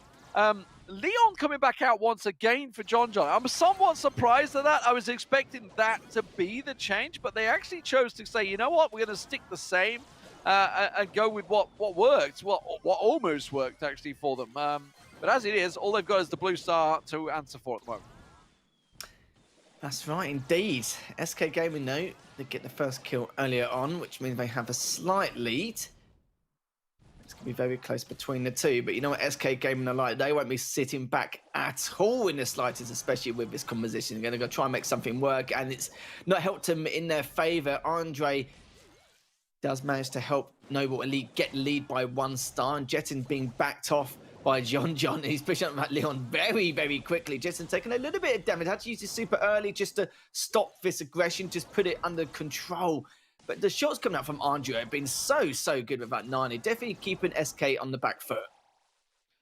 Yeah, and at the moment, it's SK that have got to press the game, which is dangerous for them, because pressing into that tick, that's what we're talking about. You're like, it's great as a defensive brawler at the moment and a herding, and at the moment that's exactly what Noble Elite are doing. They've got to get onto Melny, and Melny is doing a fantastic job of just keeping them at arm's length at the moment. 25 seconds to go. This is go time, and this is where they need to really try and push it and put the pressure down. Certainly will indeed. 20 seconds left remaining. SK need to make this push, but this is what I was talking about before. They have to force themselves into a bad situation here, and this is where the push is going to come in. 10 seconds there. They haven't taken a huge amount, but looks like they can see what's going to occur now. Jeonjon just in that left lane. Skyrix is almost cleaned up. Actually takes him down in the end, and SK are going to take this and take the set here, D-Man. That was not what I expected for the finish. No, they just landed the shots and said, thank you very much. We can just walk away now. Now it's on to you to chase us. And the problem is that Noble Elite brought the comp, which was great at herding, but not very good at chasing. So as soon as they lost that advantage, they were screwed. There was nothing they could do about it. And then you're basically pushing into almost open fight there. And Skyrix coming out in the end there. I don't know how he managed to survive with next to no health, but nonetheless, we move on. That was quick and painless for SK. It does put us on to Super Stadium, which is a brawl ball that they are absolutely fantastic on. Super Stadium, and for SK Gaming, they're one of the teams that I don't really know what they're going to bring out, because they have brought full brawler comps in the past to Super Stadium, as well as like throwers, the lot. I really don't know what they're going to bring to the table. Which is also a big problem for Noble Elite here, who are looking at the end of possibly a disappointing season for them, I think, at the end. You know, that to come so close and to just fall short is a bit disappointing for them, I've no doubt. Well, I suppose it's why SK are one of the best in the business in terms of being in this region for Brawl Stars. It's very hard to predict what kind of composition they could come out with. But like I said, they've got nothing to lose, really. So in terms of what they could bring absolutely anything in this point. It could be something as standard as possible. It could be something where it's actually not very good, but just trying to throw people off, watching back the VODs here and see what SK get up to in some of these game modes, or just trying to nitpick at little things that SK might play in the future, maybe in the challenge finals. But Noble Elite, you know, I'm surprised we've even taken a set considering what we've seen from them so far. And I feel like SK are just, you know, not really going full pelt in this series, just trying to give as much breathing room as possible, but not too fast if they maybe even lose the series, but at the same time they want to try and show enough confidence as possible going into the challenge finals. But in terms of composition, it's going to be difficult to kind of guess. Maybe a Gene, it could be something else, and it could be a few other bits and pieces. It's very, very hard to kind of determine what they want here, especially on a map like Super Stadium. And with Noble Elite so far, they're going to be pretty, you know, annoyed of the situation they was in, especially in that last game in the last set, just due to the fact that they were very close to taking it. They've had the early lead every single time, even with the blue star. They were very good at being the aggressor, but just couldn't throw SK off no matter what composition they had. Yeah, and the reason I mentioned, say, SK could bring brawlers out, bruisers out, because they always ban away the M's. It's Amber and M's has kind of been their go-to bans as of late. And that suits it. Obviously, with removing the M's, it suits those bruises to come in. And when they've done that, I kind of expect it. Oh, hello, Buzz is here for Semantic, missing it straight away. This is kind of what I was considering out there. We do have the double Nitas, the Sprout and the Barley coming out for Noble Elite here. But the Buzz bringing to the table. Interesting to see SK bringing that one out. Skyrix, though, in trouble. And this is looking like a potential goal already for Noble Elite. They're going to push forward and put the pressure down. Semantic, the only man there. Andre was just trying to get the bounce to try and get that ball in the corner, looking to get that last call out, and that's going to really pin them in. And there's the Sprout going down, and you are absolutely pinned. Last call comes out. Noble Elite trying to wreck SK in their goal, but they've done a very good job of surviving. I was just about to say, Sprout and Barley are only good if all your opponents are on spawn and you keep them trapped like that. And that was literally the only time. Apart from that, this is going to be a very slow but squishy composition. So a bit of dodging and weaving here and there and some good strategic aggression should be able to shut this down. And look at that, Semantic just going straight in with the buzz. That was beautiful of Semantic, and he scores it as well. And this is what I'm talking about. This composition is very, very squishy, and Andre and MENA needs to be very careful of how they want to, approach this in terms of the offensive. FL, trying to keep Skyrix back, or be careful with Semantic, especially with the buzz as well, because it can counter it quite a lot, especially with Andre and MENA. And this is a great example. Look, pulls himself straight in, almost takes them both out here. MENA almost got cleaned up. John takes a lot of damage as well, and I'm a little bit worried for Noble Elite. Yeah, and I mean, it's no different to sort of the elbow coming in. Obviously, you're not getting the smash on you, but you are getting a bruiser in your face instantly, just like that once again, and it's causing him so many problems. He gets onto John as well, and it buys all the time for the rest of your team to absolutely murder you. Bruce Bear comes out from Jet, nothing he can do about that. He's caught out, but the ball in the corner, 30 seconds to go. There's the pull. Skyrix just keeping the spawn separated. Now Semantic in their face. All they got to do is keep them pinned. But this is the problem. It's very difficult with his composition to be aggressive. It really, really is. And they know that. SK know that. So they're just getting in their face every single time and just making them run about everywhere. The ball's in the right lane, but I don't think they're going to get much further. 5 seconds left. That's going to be it, especially if Skyrix has got it as well and put it straight into the corner. And yeah, from the very get-go, I was a little bit skeptical, thinking that composition was a bit debatable, especially what they were up against as well. So it's good having like one thrower, but when you've got 2 throwers like that, okay, when you're on the offensive and you kept them pressured on spawn, that's fine. Apart from that, that's going to be it. And that's exactly what you saw at the start. It was so close as well. You got to feel for Noble Elite because they really did pin them back very well. This was looking great here. Andre was just looking to get that super off, and he kind of kept the pin there, but they didn't get the kills they were looking for. And that enabled SK Gaming to start to roam free, start to get comfortable in the composition.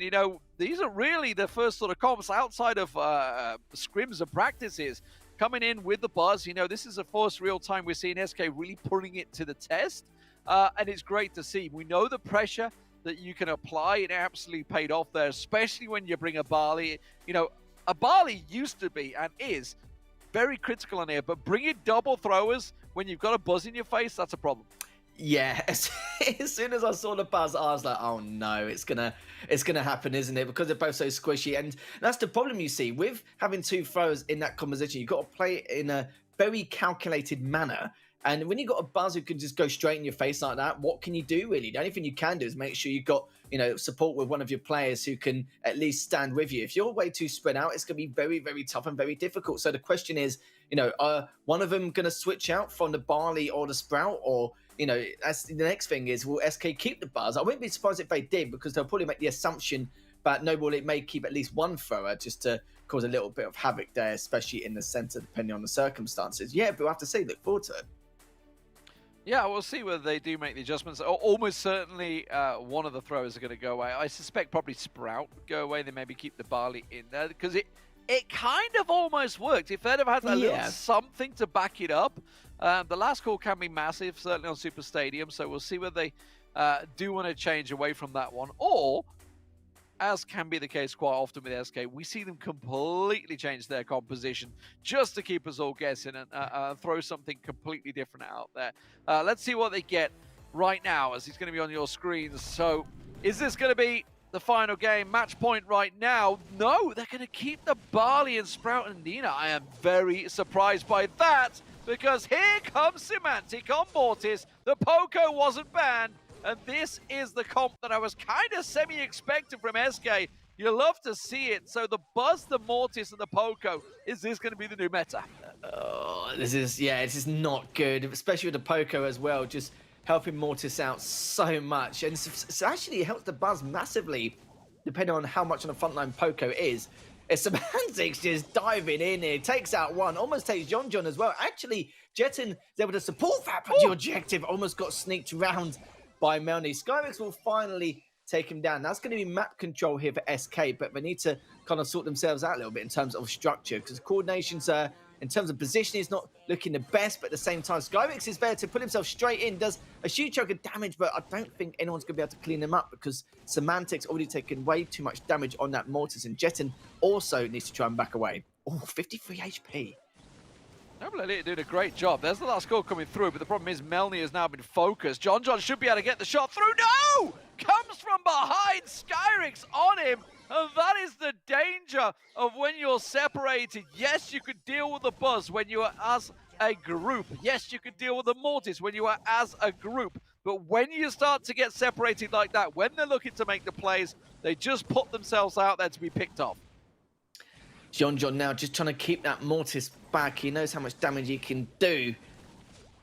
Still keeping his distance at the moment, so Semantic's going to try the right lane instead. He's just trying to find every possible angle to be able to take one of these down. And I must say, Noble Elite did a great job just trying to shut him down. He tried every lane possible, just could not find an opening. And this is where it can cause a few issues. But this is where the Barley and the Sprout can excel here. As long as I don't get too close and, well, as I say that, Semantic's already gone diving in here and managed to put a stop to that straight away. And this is what I spoke about earlier on, is John is super weak. Sky was trying to finish him off. He does not.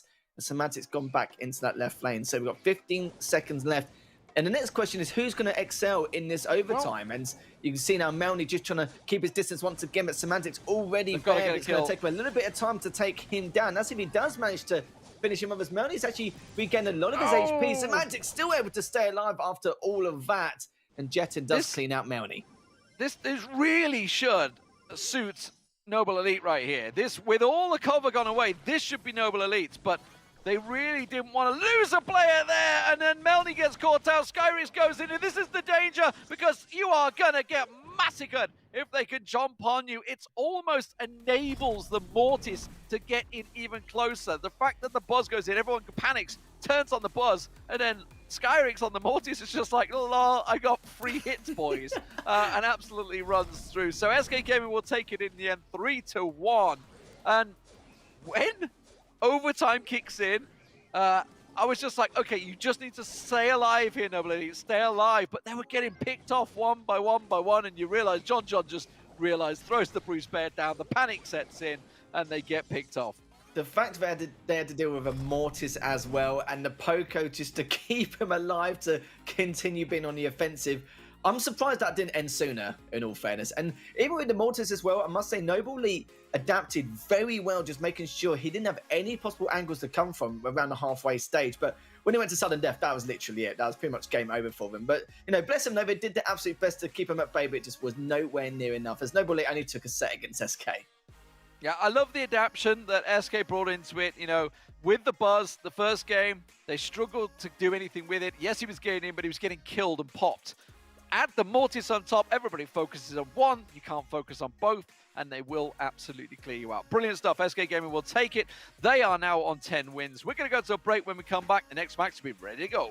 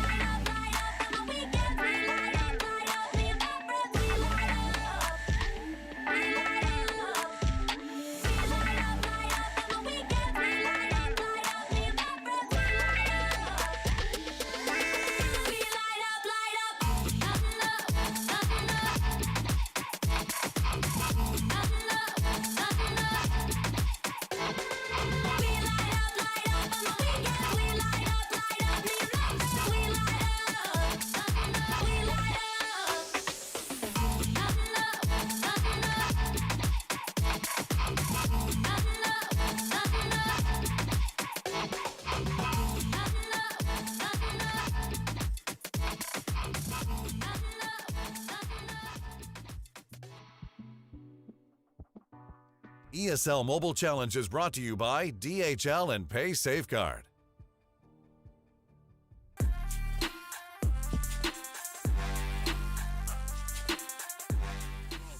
Hello everyone and welcome back to the ESL Mobile Challenge, and joining me this time round in the hot seat, it is the lovely Ark, of course. We've got another great matchup coming for you guys. It's going to be Clash versus Big, and I was having a little bit of a wonder, Ark, just to see what's going on in terms of the leaderboard. And I do feel like even though they were all around the same in terms of win rate, like going 7-6, of course Totem won earlier on, that's going to help them out massively. I kind of feel like if Big don't win this like 3-0 or 3-1, it could cause issues here, because it will come down to sets. It may come down to who beat who earlier on with the earlier play days as well. But we'll go back to that at a later time, later this evening, when we do confirm who will make it into the top 4, as we'll go to the here and now, starting with Clash versus Big. And as you can see, Clash have pretty much qualified at this point. They're going to be okay. They're laughing at this point, and we're going to see how much of a challenge it's going to be for Big, because Big were looking very good yesterday as well. They were looking great yesterday. Yeah, I've got to say they were starting to get a stride on really, but like you say, going into today and the number 5th spot on our leaderboards, and Vexo Freedom still to play today. I think it's just the one game as well for Big, so they've really got to make this one count. And Clash is a fierce team. However, Nadine, Lars, and Equok. Equok obviously recently just coming into the mix on the roster side, and definitely shaking that up massively so, with some additional aggression. I've got to say, I feel like Clash are, and have been throughout this competition, a bit of a front runner, but Big are gaining in that momentum and traction, and this could be their day.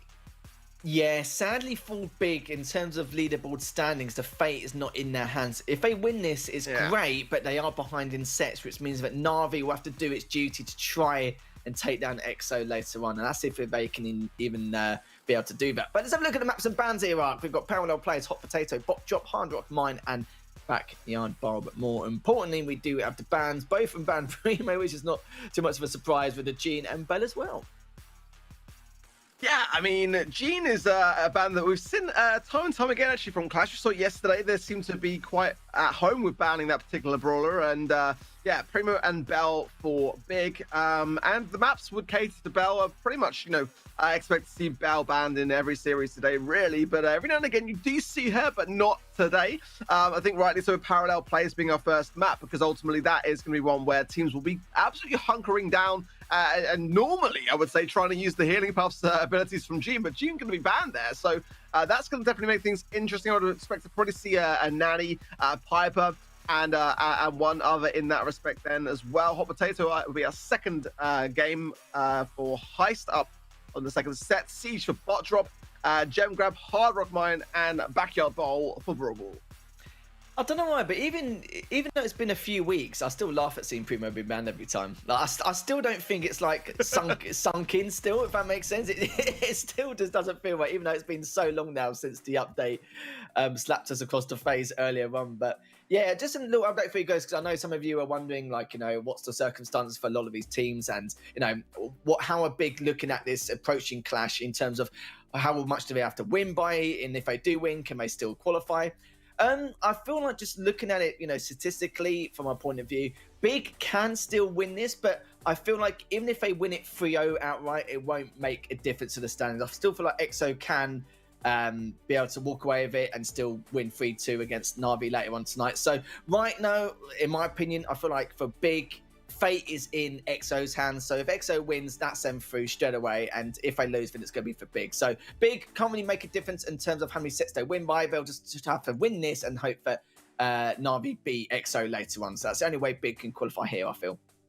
Yeah, Big are just going to have to make sure that they capitalize on every available opportunity. I think the only thing I can really say for yesterday was simply the fact that EXO Free Agents did take that loss. That surprising loss, it must be said, against Noble Elite. So that could be their saving grace. I mean, you know, again, though, Na'Vi before yesterday were the only team in this competition who hadn't really had a single win, but were able to get one yesterday over Big. So there's those little stories on the other side of things which may come into play in that match between EXO Free Agents and Na'Vi. You know, from going back to weeks prior to this week, you know, it would be fair to say that EXO Free Agents would have the upper hand in that matchup. But I gotta say, you know, today I think that it could honestly go either way, which is the way that the stories are developing. But yeah, the one story that is going to remain a constant here is that regardless of what happens elsewhere today, Big really do need this win over Clash, or it could be their tournament journey over. Do you know what's funny as well? Totem must be thinking, thank God we beat SK yesterday, because they would have actually been outside the running as well, possibly. Yeah. I would be in the same boat as Big here. But Nadine now trying to stay alive in that zone. He's got to deal with two of the players of Clash, and I'm not too sure how long he's going to last here. But it seems like EUR does come in to give him a hand here. It does take down Chaos, as Lenan's going to be helping him as well. And Guille just in the zone with Lenan as well, as EUR does take down Guille. And Lenan also does an equal fair, so does manage to get a nice start at the very beginning, but it doesn't change the fact that Big are up by 22%, and Nadine's just trying to bait Lenan out, which he does, but at the same time, it's not really helping him too much as EUR trying to push him with the stew. But Lars does take down Chaos here, so it's going to give him a bit of leadway here as EUR takes down Lenan as well, and this is going to massively help Big. Yeah, but down goes there, EUR, and he was doing great until then with support from Lars as well with just a turret, but now Dean really has got to hunker down and try to just juke around this wall to allow EUR to come back in for support. Pick up on the right-hand side from Lars will definitely make a big factor here, as now it's going to be a 2 versus 2 and Lenan low as well. That's actually going to be enough time for Big to take this zone, I think. Lars, yeah, and EUR going to come back into it. That's a great start for Big. You know what Clash are like, though, Ark. You know better than I do, actually. First game, it's like, what was that all about? And then they just adapt and then actually win by 50% themselves the next game round. It's just awful, isn't it? They are, when it comes to giving false hope to people, they are the best at it, aren't they? Yeah, they really are. Exactly. So we'll see in this set. Exactly what I said yesterday. It's always the case with Clash. They will always lose this first game. And you watch going into this next one, how they'll just up themselves and you know, step it up a gear. And yeah, I don't know whether that's I think it's just not really anything to look too deeply into. I think it's just like maybe just warming up to the game. But yeah, they always do that, and I find it fascinating to watch. It's just awful. It really is, but it's actually quite hilarious at the same time for us. But yeah, I still think like Clash played okay. They played fine. Individually, or just mechanically from Big's fun, they seem to do pretty damn well. They were baiting a lot of shots out. They were making sure to stay alive as much as possible, valuing their life, doing everything was needed to be done in order to win by such a large margin as well. But I can't remember which team did it. I think it was Noble Elite yesterday did it, and then Clash were like, nah, you're right, and then just brought it straight back. And we're going to see now if Big can win this first set. As we mentioned it before, Big have to, and I say it's a must win for them, because if not, it means that even if EXO lose against Na'Vi, I feel like EXO will still qualify anyway. Of course, we'll have confirmation on that later on. But Big, though, great start from them, already up by 10%, just trying to put as much pressure on as possible. But it's actually Clash with the map control. It's just a matter of how they can push on up here, but they really can't at this moment. They've got a good setup here on that northern side. As Guille just trying to push in from the right-hand side himself. Lenan just pushing into the center. Chaos has taken quite a lot of damage in that left lane, and Dean is trying to do a little bit more. He's actually focused on Lenan here, as Chaos is just out of range for him to flick any more. But does get half done here, as Big is still up by 8%. Well, Equeklo in the middle. Good shots connecting then from Lenan, and Oil ignited on the right-hand side there by Lars, just to get rid of the speed zone and gadget. This is going to allow now Guille and Lenan to take the right-hand side zone and start to cap very important points here. Again, very much different to what we saw last time round. It was all the majority of that matchup, in my opinion, Big with the aggression this time round. Definitely it's Clash thinking things through just a little bit more, playing a bit more of the slow game and possibly communicating a bit more effectively as to how they want to play this one out. But already, you know, that's 25% almost on that top right-hand zone in their favor, and Big now have not got as much time to respond to this. It could be all over soon, especially with Guille hunkering down now with a turret, which is going to be a really big factor here for Equok to have to consider. This is the adaptation we're talking about from Clash, and it looks like we did say that they won by 50%, so they're probably going to do the exact same thing. And look at the scoreline. Let's just stare at that blue bar for a minute, Ark. They've done the exact same thing Big did last time, the exact same scoreline, and just turn it around.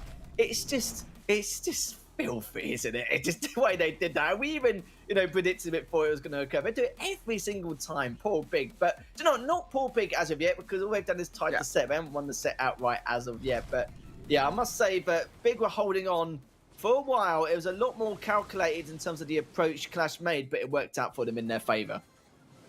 Yeah, Clash are doing what they often do, and they're just kind of reassessing and feeling out Big, really, kind of giving them a chance to maybe feel like they're in control, but then very quickly use the information that they've gathered from that last game and the brawler ideas which they were facing up against, and just taking on board the general story and then throwing it back and seeing how Big can handle it. That time around, Big did not handle it great. They've got another chance, though, to respond, and yeah, they need to. They really do need this set.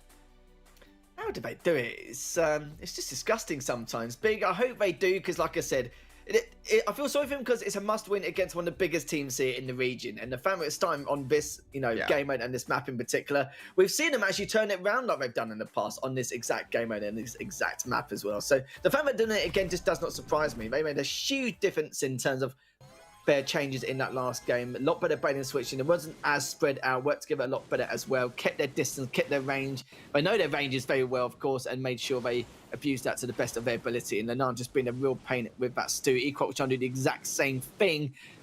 Couldn't inflict that much damage, but it managed to inflict a little bit more as Lenan was also trying to dodge out Lars as well. But Lars only left on such a tiny amount of HP, 315.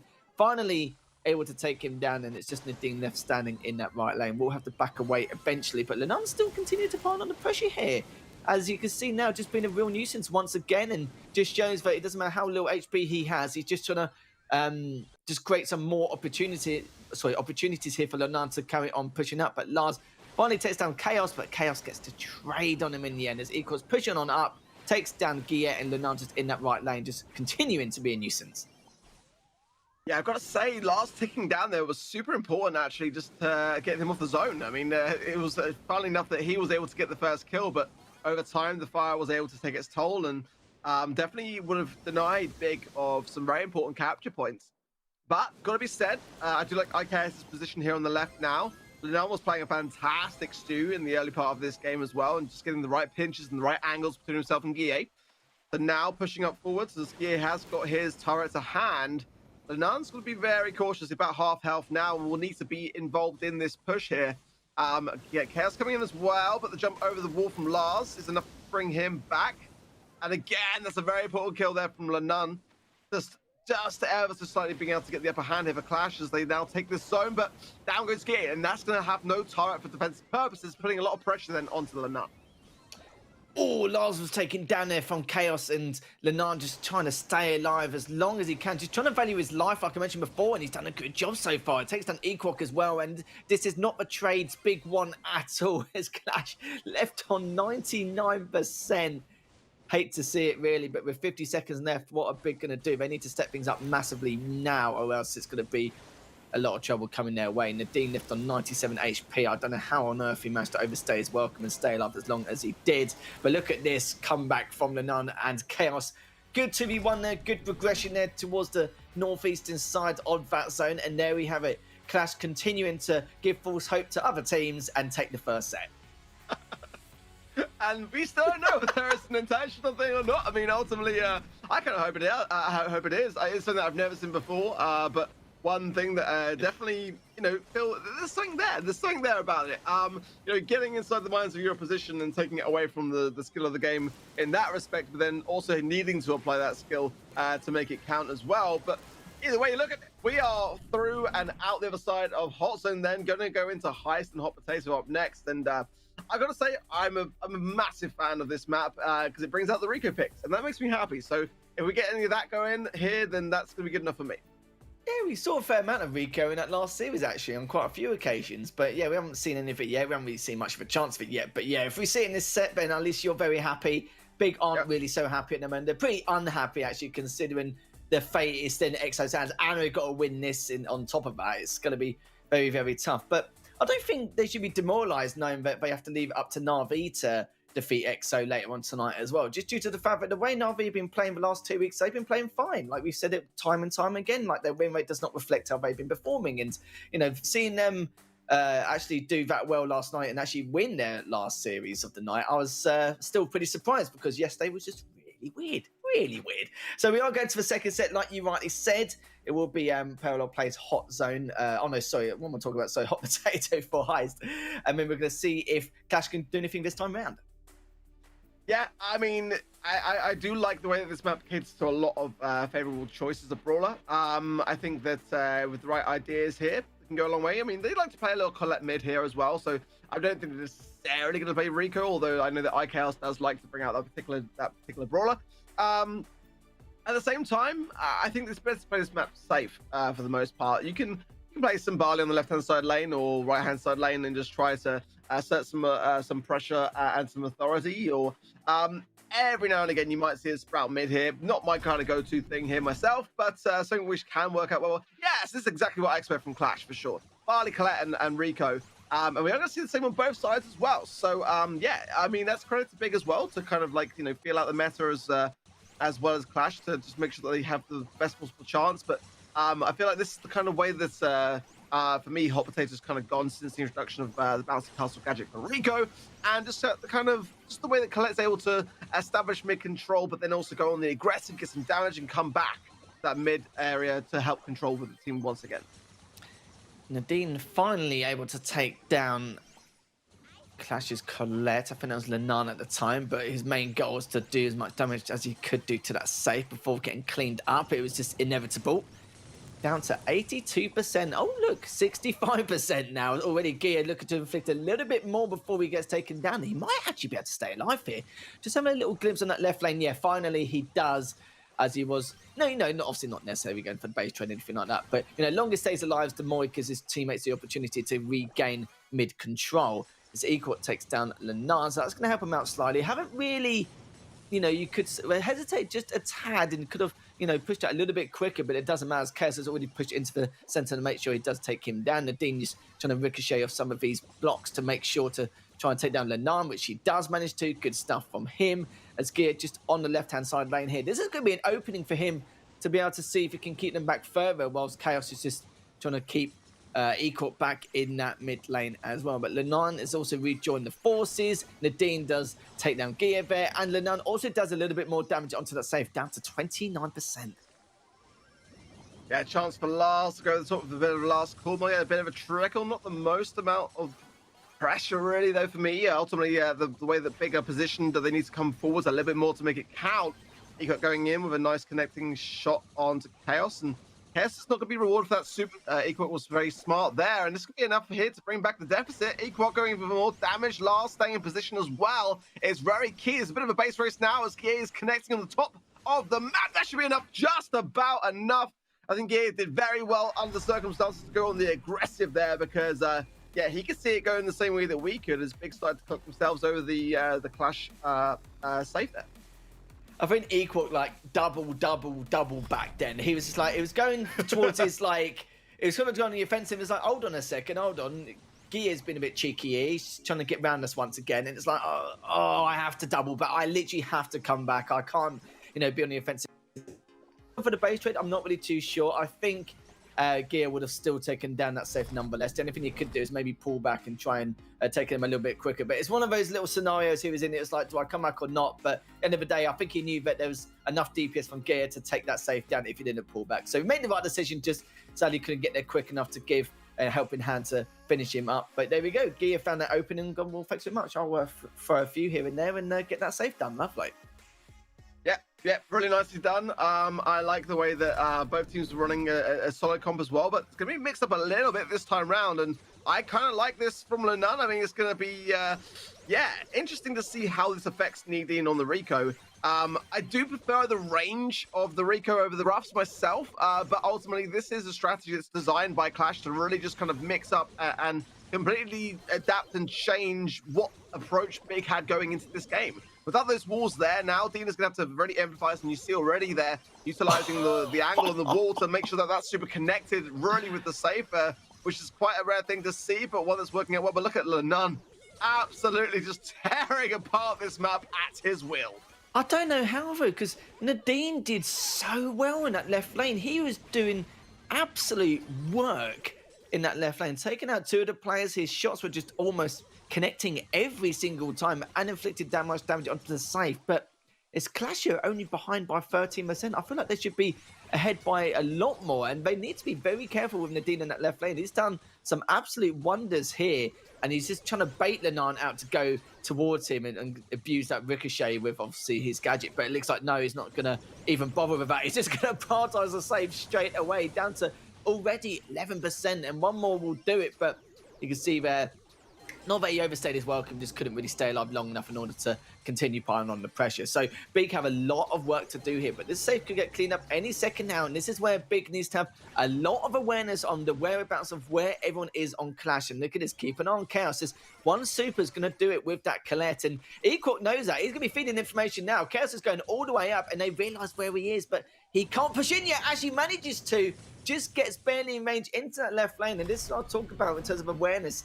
You can see they're both in the center, making sure to keep the rest of your opponents at bay, but sneaking in from that left lane after taking down Equal. Equal, of course, gave out the information, but not quick enough to respond because they had their hands full at the time, didn't they? Just keeping Chaos back and Gio back as well. So good stuff from Lenan, just making sure to try and help pile on the pressure, but of course, from Chaos to be able to get that final amount of damage done onto the safe. I gotta say, Lenan was loving that game. You can see him dropping the cold pins, pew-pews every now and again, and I really feel like that's an underrated strategy. That I love the long ranges on Hot Potato, but bringing in the cultists, and it's very rare to see. I think a lot of people just prefer to play it safe, keep those walls up, and utilize that. But breaking everything open is a strategy which I haven't seen for a while, and you can just see how it brings those longer range brawlers. I mean, Colt's one of those brawlers which is so rewarding when you hit those shots with, and yeah, I really like the aggressive stance from Clash, the bold stance as well from Clash, and we have yet to see Big really take the mantle here. They need to do it. Again, it's a slim chance the best they'll make the top 4 now, but having dropped that set, but they've got to end on a high for me, and Clash right now are just looking very comfortable, very composed, and pretty relaxed for the most part. Yeah, I just feel like EXO now, they're probably watching this, and if Clash actually do take them down in this kind of circumstance, then they're probably going to be okay, because even if they lose to Na'Vi, they may still just be able to qualify without any issues here. So a reverse sweep is a must for Big. If not, then that's going to be it. And I do, Nadine had such a strong start at the very beginning. I thought it was going to be a very quick end for Clash. Just seeing Nadine take down two of his opponents straight away. His shots were just absolutely going off with the Rico there, considering everything was pretty much destroyed in terms of debris and the structure and everything else in between.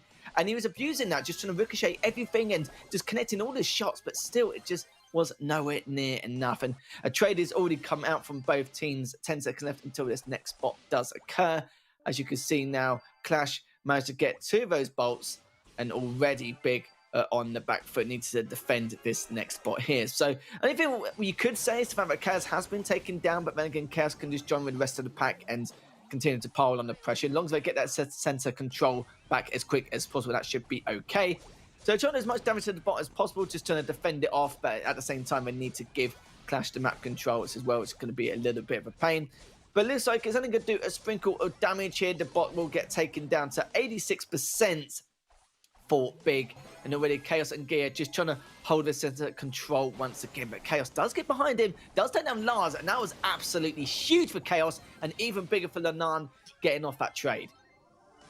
Oh, so important there for Lenan to pick, and he knows it as well, because the amount of bolts that he's going to be able to gain off the back of those takedowns really super important. I do feel like for me, Piper's a bit of a risk. I love playing her here, but if going in later on we see some adaptations, then I do feel like certain brawlers can be a bit of a counter to it, and it's definitely hard on the defensive side, and Dean knows that now. He's definitely going to rely a lot on his teammates to get that early damage in before having to come in with a couple of shots in. But I don't like the positioning here from Big to come back into this middle of the map. Clash are in full control right now. They are banking bolts, and there's only two really to contest with that have been banked by Big. There's a pickup there onto Needin from Lenan, and Lars in the middle is super low, goes down.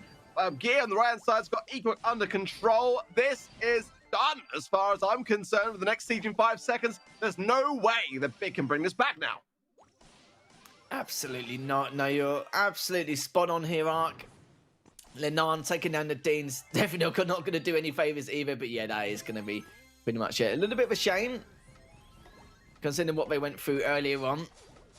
Yeah, Big, what are they going to do now? Because that means that Clash are going to be on match point going into this next game of set number 3. We know that with Clash, it's not one of their strongest modes, like in terms of being able to excel at what they do, in terms of like individual ability and what they try to do in terms of their aggression and strategic methods on how to try and get map control back with their counterattacks, etc., etc. But I kind of feel like this time around they seem to be getting a lot better at Siege just overall from what we've seen in the last few weeks, and we've seen a lot of elements of that coming into this. But yeah, it doesn't change the storyline here, Ark, as Big close to potentially getting knocked out here, not having the chance to get into the top 4. We'll have to see what happens to EXO later on, and Clash here looking to do work and do itself justice as well. Maybe even 3-0-ing Big, considering Big need this win. They absolutely is a must for them. Yeah, exactly. I think that Clash is treating this like any other day. I think that they are just absolutely looking to bring out all their top performers and make sure that everyone does their job, and they're looking so strong. We've seen Big gaining momentum over the past few weeks and really having some great moments, but right now against Clash are just fully in control of this one. They are doing what they do best, and they're also looking very relaxed. You can just tell from some of the brawler choices on the way, which always good choices, but ultimately maybe not the go-tos. And normally from the pins and the way that they tend to play the game. But let's see who will collect this first bolt, as it's a bit of a slow pace to it, and rightly so, because it ultimately is a really important factor.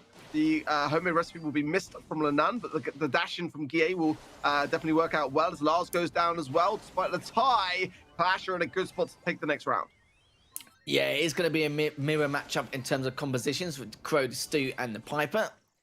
And Clash already doing a huge amount of work, winning their duels in both left and the right-hand side lane. But look at this, though. Look at the aggression from Chaos. He's just having it at the moment, isn't he? He's really giving it so far, and he's putting so much pressure into that left lane, as at some point they're going to have to try and 2v1 Chaos and get some kind of numbers advantage, because Chaos has been a real pain in the backside. Lenar's taking down Nadine as well. And look at this, you can see that Gia know there's a possibility they'll try and outnumber Chaos. So he's just switching to the left-hand side. He's baiting his teammate just to make them think that the right lane is open when it's not. And Gia's actually come all the way back again.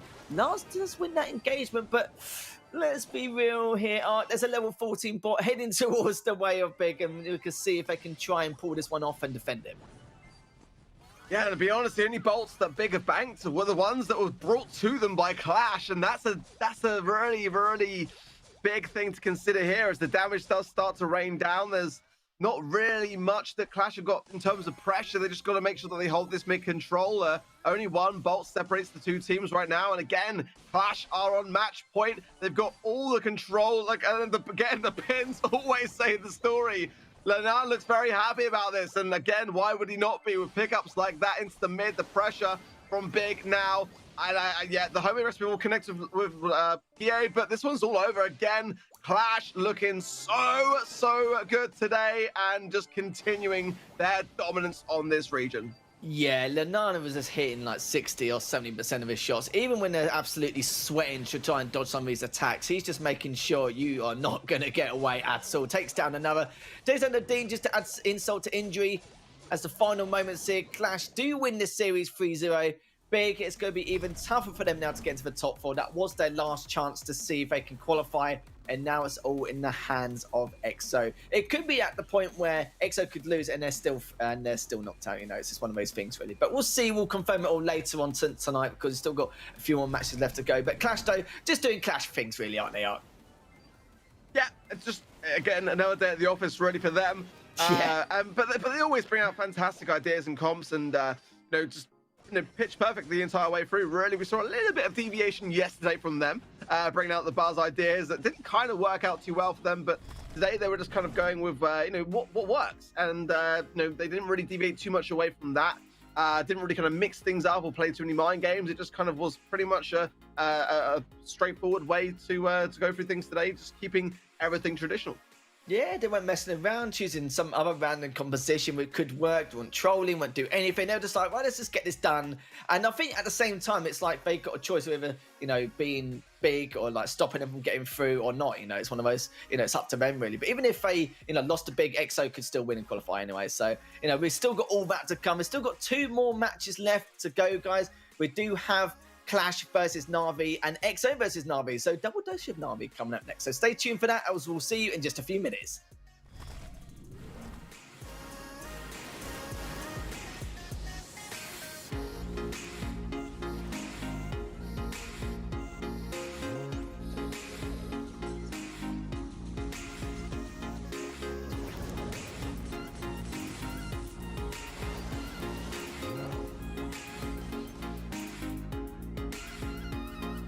Hello, Roll. Welcome to the ESL Mobile Challenge. Tell us a little bit about yourself and the rest of the team. Well, hello, I am Roll. I am the coach of AC Milan Clash. And I have been coached like a long time ago, 2 or 3 years ago. I started as coach in other teams, and now Clash give me the opportunity to stay in one of the best teams. So right now I'm really good, and the team right now is really good too, because we are playing a lot, we are doing a lot of trainings, and I think we are doing the best. Now, things have been pretty smooth sailing in the ESL Mobile Challenge, apart from against SK Gaming and Reply Totem. You still beat them nonetheless, but the series was very, very close. I want to ask you, what separates your team for the rest of the other squads in this region? Because there seems to be a little bit of a skill deficit in comparison to the rest of you guys. Well, I think that we are the team that make the more scrims. Like, we are always training. In the important weeks, we have like free trains per day, like 6 hours or 5 hours. That is a lot. And I think that is a thing that could make us better. And Totem is also a really good team, but they don't train so much, I think. And if they train a lot, they will be one of the best and can beat us and can beat SK Gaming, but they don't do it so much. But I think that if they do it, we will get a really good finals. So I've heard Brawl Ball is one of your strongest modes, Raul. Why is this? Well, we really enjoy to play it. It's one of our favorite game modes, and we have Lenine, for example, that is one of the best maps that we have in Europe. And he really enjoyed to do like shoot the ball, do gadget and score, or to do amazing trick shot. He's one of the best, and I think that is a really good part of the team. But also, if you go with Lenine and with a really good 2 players, you're going to destroy in that mode. And I think this is the secret of how we like that so much.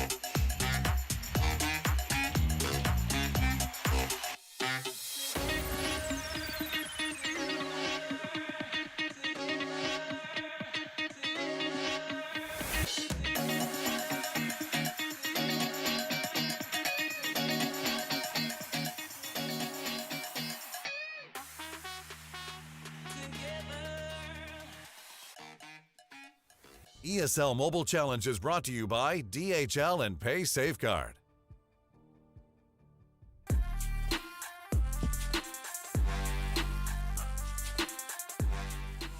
Welcome back, ladies and gentlemen. It is the ESL Mobile Challenge, and we are just 2 games away from the end of the final play day here to figure out exactly who the top 4 teams are going to be. There is still one team that may well be able to get in there, but these 2 are not one of them. Clash are already there. They're done. They're safe. They are as safe as anyone could be, and it looks like the #1 spot is locked in after they just rolled over Big there. Yeah, to be completely honest, I mean, I don't think this is going to make the biggest of impacts in terms of the storylines that are developing, because ultimately, yeah, like you rightly say, man, Clash have been absolutely on top throughout this competition, and we only really saw the first sign of life from Navi yesterday with that first one against Big.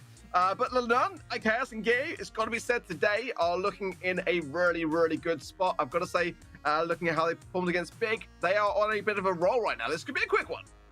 Well, we can see, of course, their opposition is the Russians, formerly known as Zero Zone.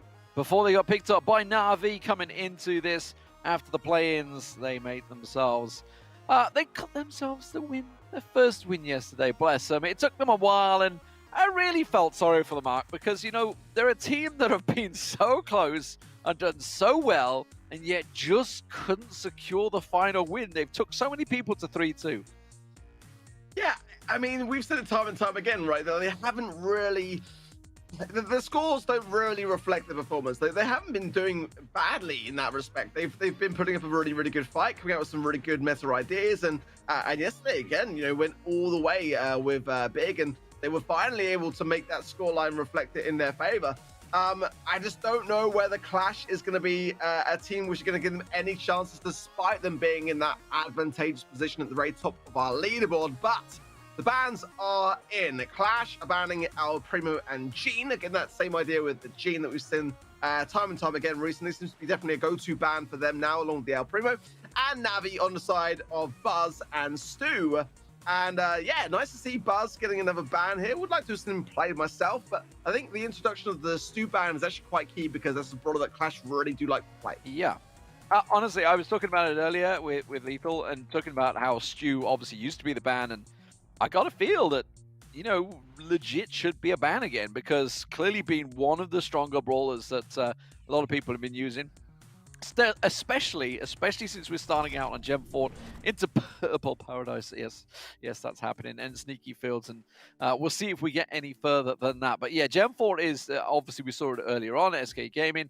You know, Stu is a brawler that absolutely can and will dominate you if you're not careful. Yeah, I mean, you know, we saw Lenan playing it so well in the previous round against Big, and utilizing it on Hot Zone, utilizing it on Siege also. So I think smart ban, nonetheless, before things get started. It does, however, mean that Belle is going to have her day today, and that's a worrying thing, especially as I gotta say, yesterday, I did feel like Navi were not playing that brawler nearly enough. They managed to get through things and take Big down, but Big were getting so many great results off the back of that particular brawler. Navi were really resistant to even trying it, and I feel like they're going to have to now, because this is going to be a go-to pick really here for Clash. Yeah, I was just having a quick peek to see whether... No, Clash have just gone with the same old bands, Gene and Primo. So that they've just done the last few games. I wasn't sure whether they maybe purposely left it open, seeing how Bell was executed yesterday. So it does mean going into Gem Fort. Okay, let's start talking Gem Fort. Let's get into that, because obviously we've already had it. We've had it a bunch of times, formerly known as Ice Fort, of course. Expecting maybe the likes of Tara in there, the Gene. You know, previously we did have Stu being strong. Amber can be very strong also on this map. Yeah, I mean, for me, definitely going to hunker down behind a bow totem if I'm playing that map and having Tara and possibly Pipers, but we have seen a bit of Roses as well for a bit of aggression. So, you know, I mean, ultimately, that's kind of what I would do, really. I mean, I'm looking at the schedule, though, on here. It's Snake Prairie, but the earlier did say Gem Fort, like you say. So let's go with the idea that it's going to be Gem Fort then. Yeah, I mean, Ems is actually a really underrated shout for Gem Fort for me. Tara, especially, I think, with the support from Beyond, as well as the well as the Black Portal star power, because ultimately if there is an Ems lurking in the lane side, then that's going to be a really good way of closing the gap on her and seeking out where she might lie. We do see Clash sometimes play the Max idea here, but not really my go-to personally. But just an idea that they have been floating around with, despite Max not really being as prominent in the meta as she used to be. Sprout mid can be interesting here, just not that exciting to me, but can lock down a lot of that control factor. So throwers are not necessarily out of the mix here either. And we're starting to see 8-bit creeping more and more into Gem Grab. Don't think Gem Fort's going to be one that will possibly suit, because obviously it's all about the square and the control. It's interesting. We had who was it that played this? We just had this like 2 games ago, didn't we? Yes, we did. Noble Elite, SK Gaming, and I was talking about it at the time. SK Gaming were basically controlling the sides, whereas Noble Elite were focusing on the middle. I actually brought Jesse to the table. I was very surprised by that one.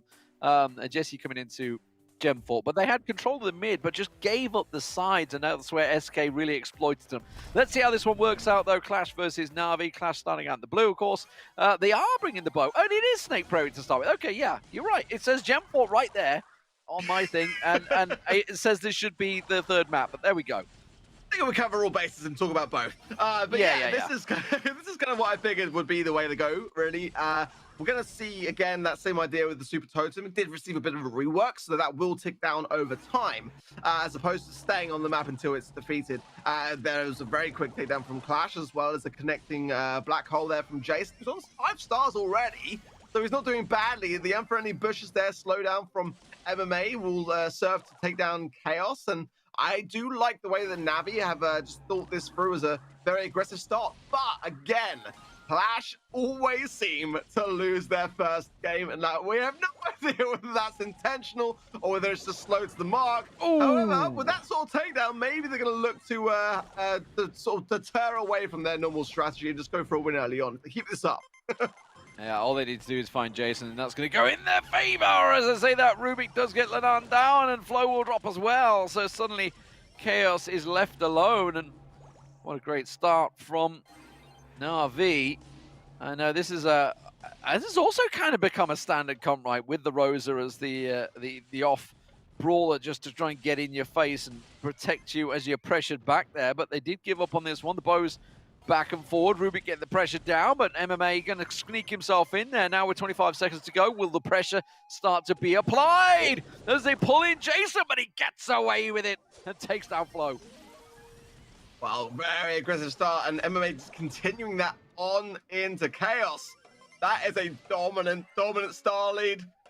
Nothing that Clash are going to be able to do here. Now we'll pop a little cheeky homemade recipe. It's not really going to serve so much. There's too many stars needed, and Lanan will drop the angry pin. I mean, this is the thing though for me in Snake Prairie now, is it kind of really does come down to kind of whether you go with the Piper or the Rosa idea. And there was a time when more often than not the Piper pick would be victorious, but I don't know, now I'm kind of slowly but surely gravitating more towards this Rosa aggressive stance as being one that can come out on top. You've got to be very careful of those Tara black holes, but ultimately it's definitely one that started off Navi well, but will they continue this on to take down the set against Clash?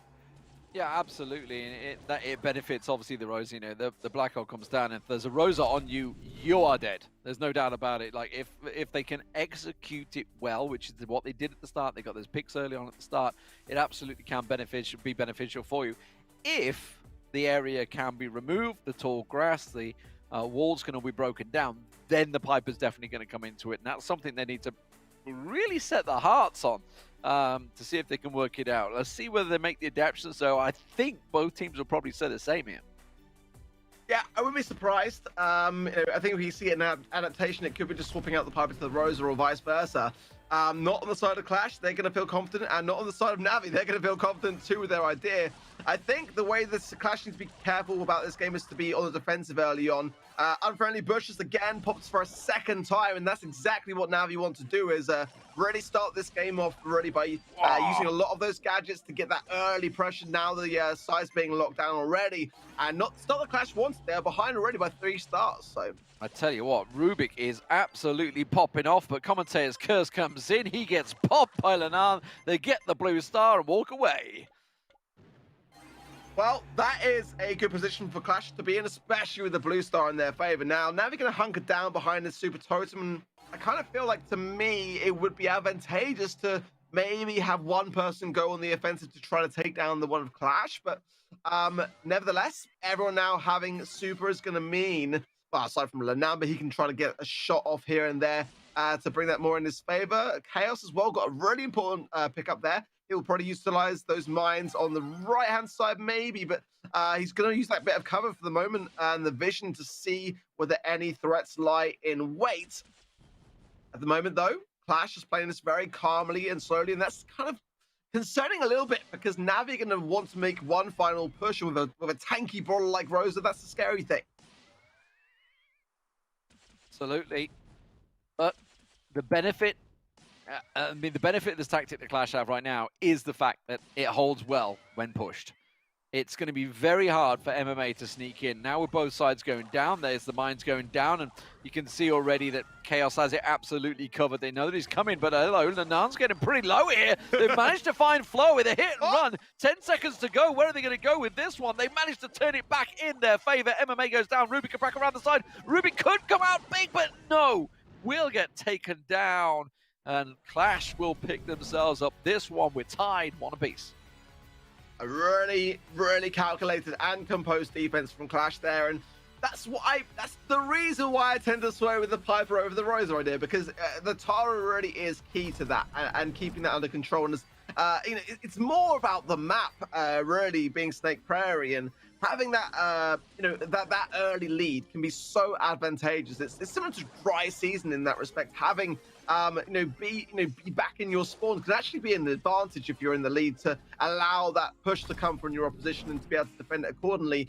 More often than not, the teams that are calm around that will be able to approach it and get that Rosa taken care of. But Navi have got to now go into this next game in much the same way that they started off, and just kind of make sure that they get a very, very strong early aggressive lead, and then that's going to put Clash on the back foot.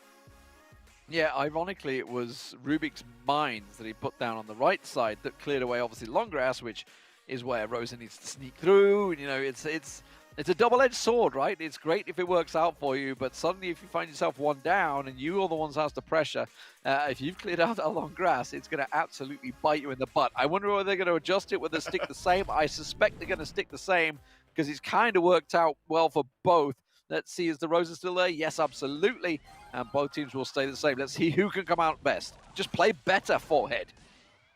Yeah, play better and also pop more gadgets early on, I think, is a good way to approach this one. Chaos, though, just slightly out of position and didn't have much luck after the back of that unfriendly bushes gadget from MMA there.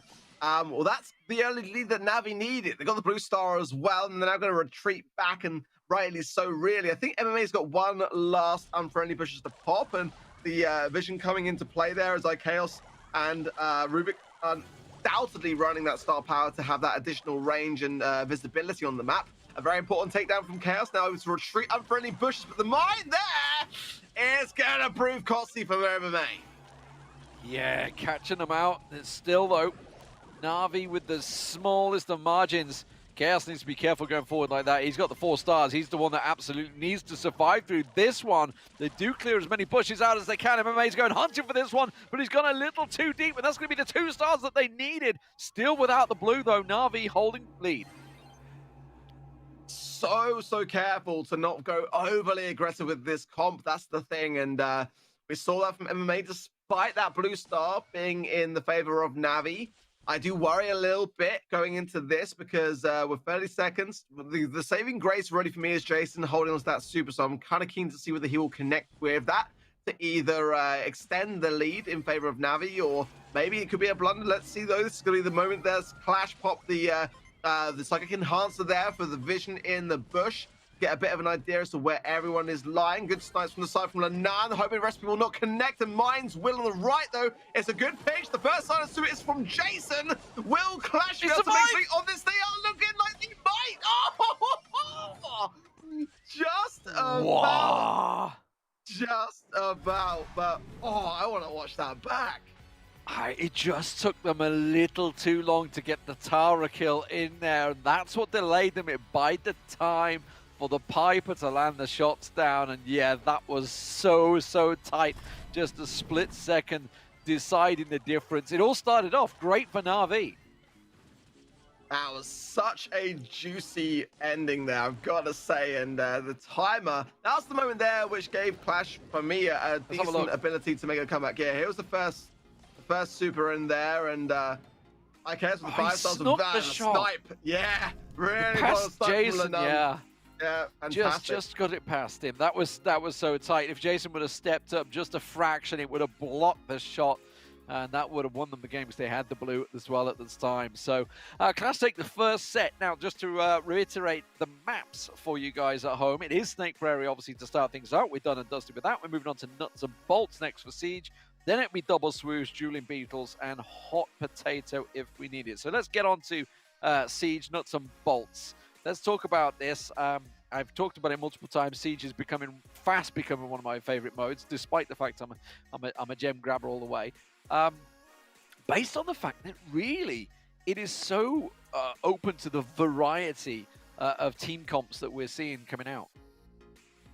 Yeah, I mean, this is the thing. I really feel like the meta is in a great spot when it comes to variety, when it comes to ideas, and just, you know, especially in games like Siege, you know, I think the bans that you choose are very, very important. And you know, not having, you know, brawlers like, you know, Buzz here, I think it's actually kind of important. I mean, we saw today already how SK were using that particular brawler to great effect, and I feel like that's one that I think we're going to see more and more over time coming into Siege a little bit more as a game mode where, you know, the action is all around the middle, and having a brawler which has that kind of radius to earn their super from means that you can't really avoid that. You can kind of like almost stalk a few bolts and make sure that you get some value there. So not having Buzz here is very important. I think that's the key ban really to have in this this particular series for that very reason. And, you know, brawlers like, you know, Rico are coming back a little bit in terms of their abilities to have range and, you know, with that bouncy castle gadget, and I keep vouching for it because it's very, very good. We are seeing a few adaptations along the way which are really favorable. Yeah, with Nuts and Bolts, we've seen all sorts. You know, we've seen the big Franks coming out, like you say. You know, we've seen Amber's working well now. Remember, Ems is not banned as well, so obviously that's has been a hot ban lately. Along with Amber, if SK are involved, that certainly will be taken out. But as you mentioned, the Rico has definitely started to move its own. Obviously, you want to be looking at maybe a defensive side with a Lou or a Sprout. We start to see Lou more and more coming into Siege. Yeah. Let's see what they bring to the table. Let's see if they go with that, or whether they simply go with the damage. Hell, we've even had Colts in here before as well, so who knows? I'd be surprised if we get one this time around. It is going to be the Sprout in there, the Carl, which we did mention actually, and the Gene for Clash as well.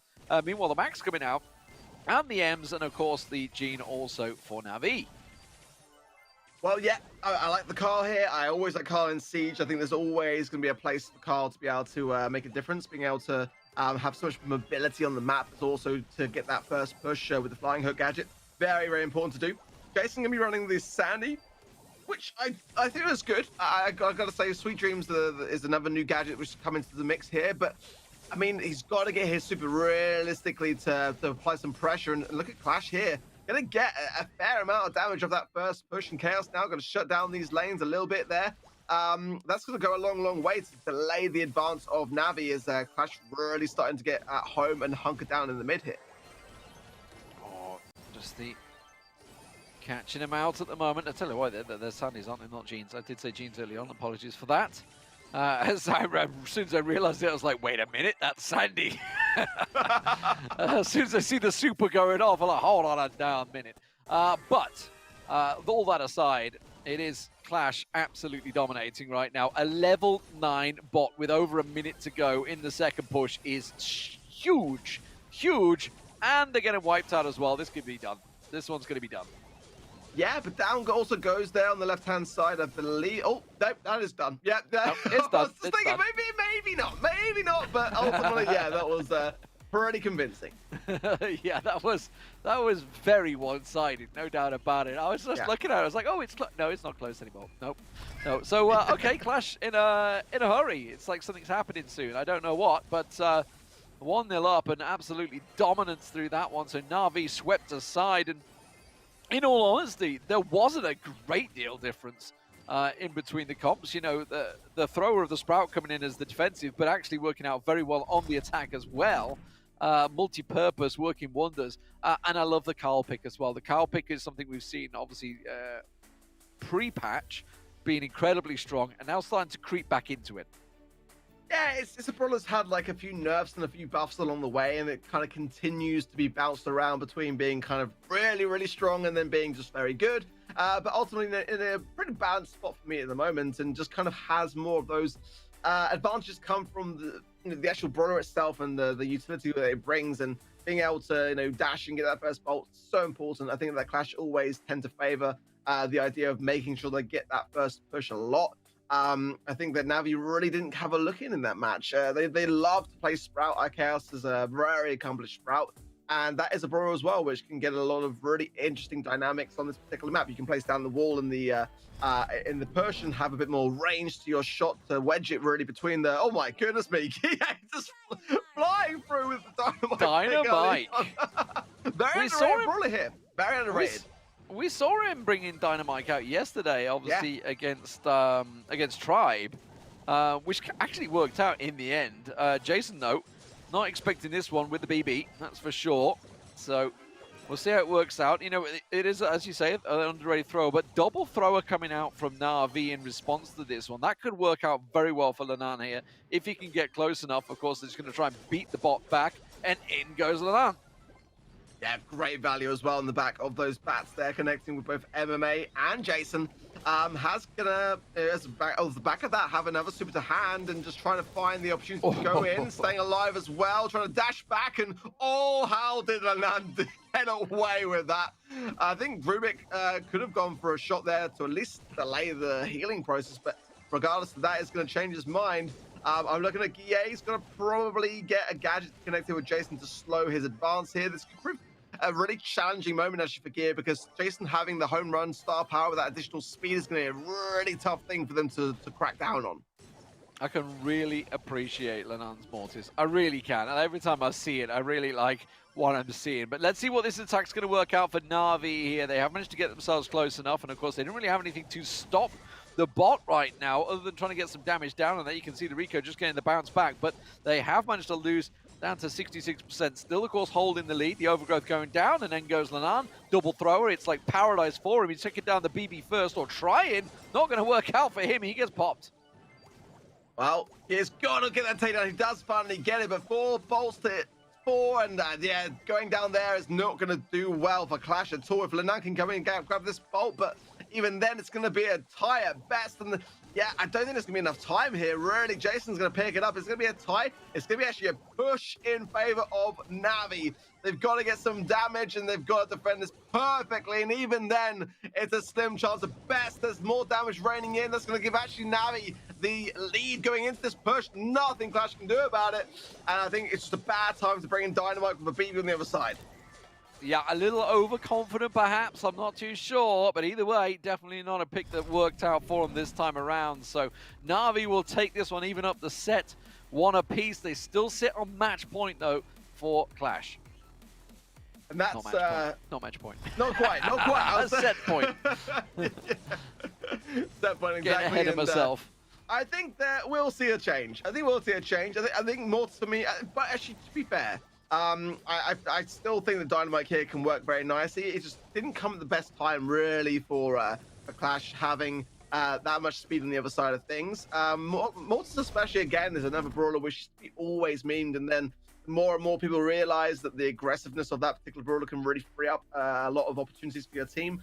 We see it now as a pretty common pick this year. So either way you look at it, I think that for me, Navi had a bit more of a stable comp diet. I think that Clash will probably need to be the ones to make some changes and mix something up there.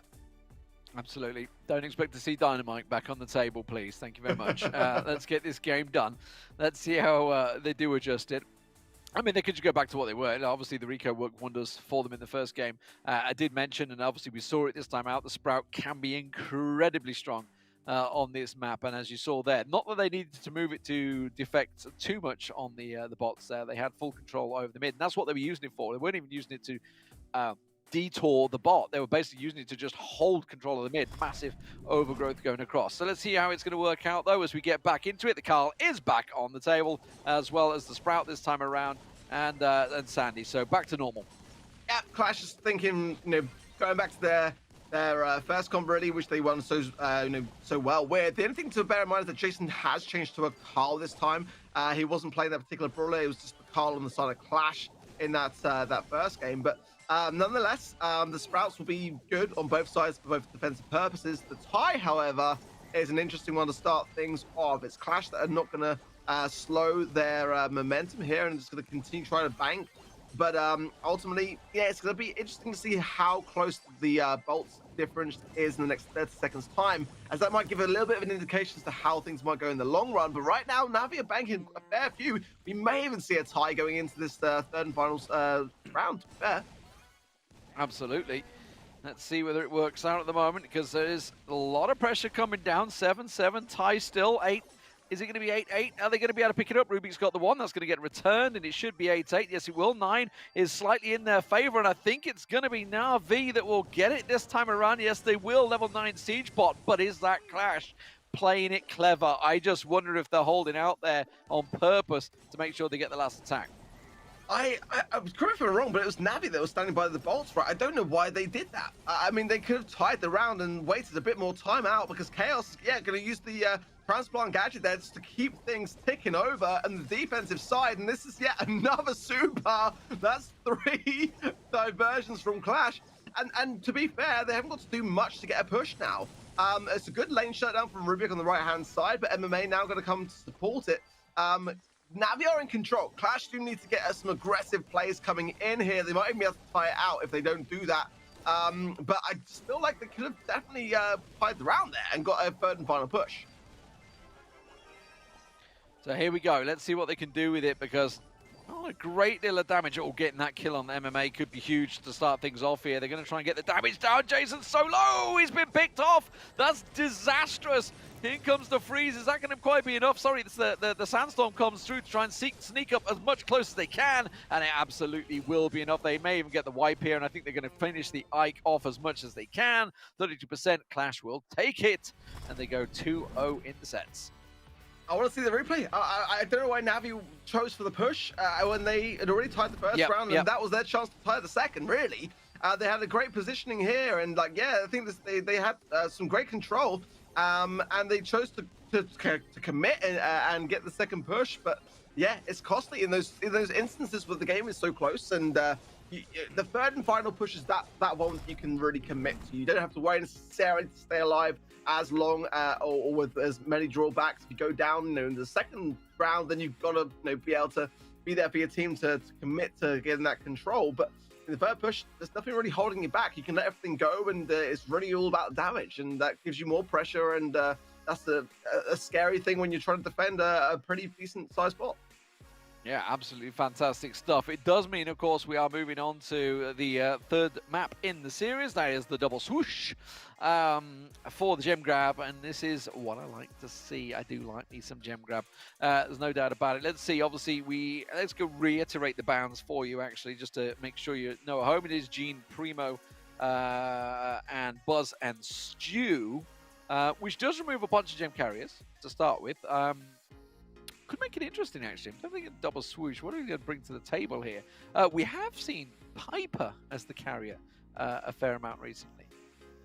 I think we'll see a Sandy. I got a funny feeling that, with especially with Sweet Dreams coming into the mix, it's a really, really strong thing to have on maybe even lane or mid. But I think that Piper might struggle a little bit here. It's pretty kind of one of those ones that with the bans might be relevant on like maybe Hard Rock Mine. But I think with double swoosh, you have a lot of ability to close the gap when you got the bush there. I think Amber could be a brawler, which we see a little bit here, as well as Ems as well, just to kind of clear up some of that bush on the side lanes, or to be able to utilize some of those bush on the side lanes with Ems and have a bit of a surprise attack.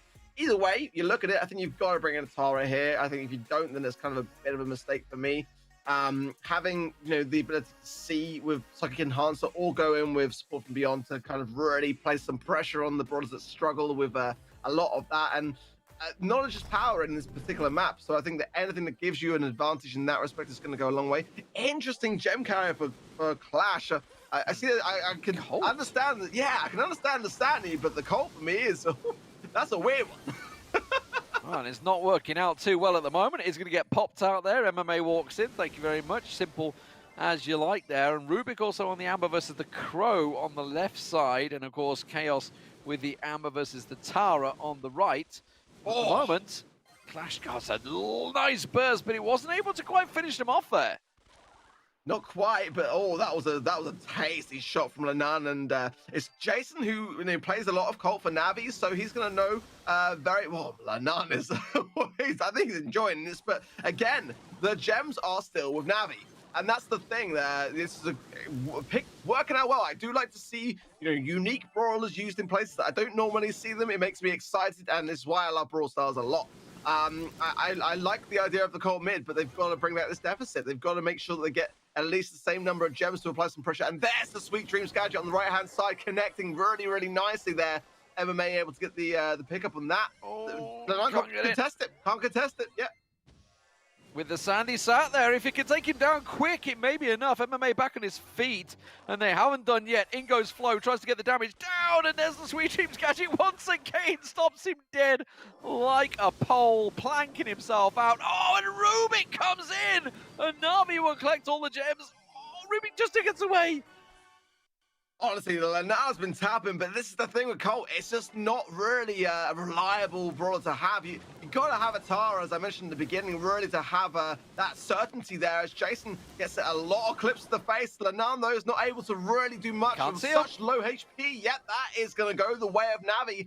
This is why you've got to think things through and just play it safe. Why not bring Tara? Colt was wonderful to watch, don't get me wrong. Those clips were hitting every single time, and Lenan plays it beautifully, and that's exactly why I say how it didn't work, because he was playing it so well and it didn't work out for the team. Yeah, absolutely. Just got caught out. I mean, the gadgets did play a huge part in it, I would say. Oh, I mean, you just see how Navi just had a much easier way of things there. I mean, Sandy is definitely a good choice for them. I do like the Tara as well, and I think the Clash has got to play this safe. Just get onto match point as quickly as possible and to get this one tied up. I think they're enjoying themselves a bit too much. Well, they need to focus on the win, of course. They could end the league with certainly the top score, giving them the big top seed going in, which I believe, I'm just going by standard seeding, would be, I assume they would play the fourth place team, which at the moment is still undecided, because obviously EXO free agents will be playing Na'Vi after this game. Could be them, or it could be Big. We don't know right now because it's wide open after Big obviously losing out their game. If EXO were to go and lose to Na'Vi, it is absolutely possible. Yeah, I don't think you can really take any chance in this kind of circumstance. And it's always good to kind of make sure that you're still keeping your thumbs fresh, keeping your minds active, and just making sure that you've got these mind games ready to roll. And also just to demonstrate to yourselves that you can make sure that you make those correct calls when they matter most. I think that Navi will be looking to try to bring this one back, but every time that they do, it's again this cruel thing that we see with Clash. They are going to bring the Tara in. That's a good sign for me. I don't necessarily mind the Colt mid as long as they got that Tara for the backup. But I mean, Navi are going to bring in Bell. I wasn't expecting them to do that, to be honest. And oh, hold on, is anyone playing a ban brawler? Bell wasn't banned, was it? No, Bell wasn't banned. No. I was seeing the stutter in there, but I don't know. I assume they just screwed up or something. I'm not too sure either way, but yeah, Bell absolutely not banned. So it could be server potentially. There's definitely some communication going on between the teams. Rubik definitely seems to be unhappy about it. I'm sure we'll get a bit of an insight in just a moment through on the communication side of things when the players get out of the game. But not sure yet whether they're going to be fully committing now then in terms of the game, or whether they're going to. They definitely indicated something there in that first opening stage, and my gut feeling will be that they obviously feel like it's definitely a struggle to play, but no bad brawlers are played, and that's the most important thing to note, that no one's made a mistake here, so I guess we'll find out soon enough. Maybe they just assumed and thought that Bell was banned, and they were like, wait, it's thinking, not banned. Right?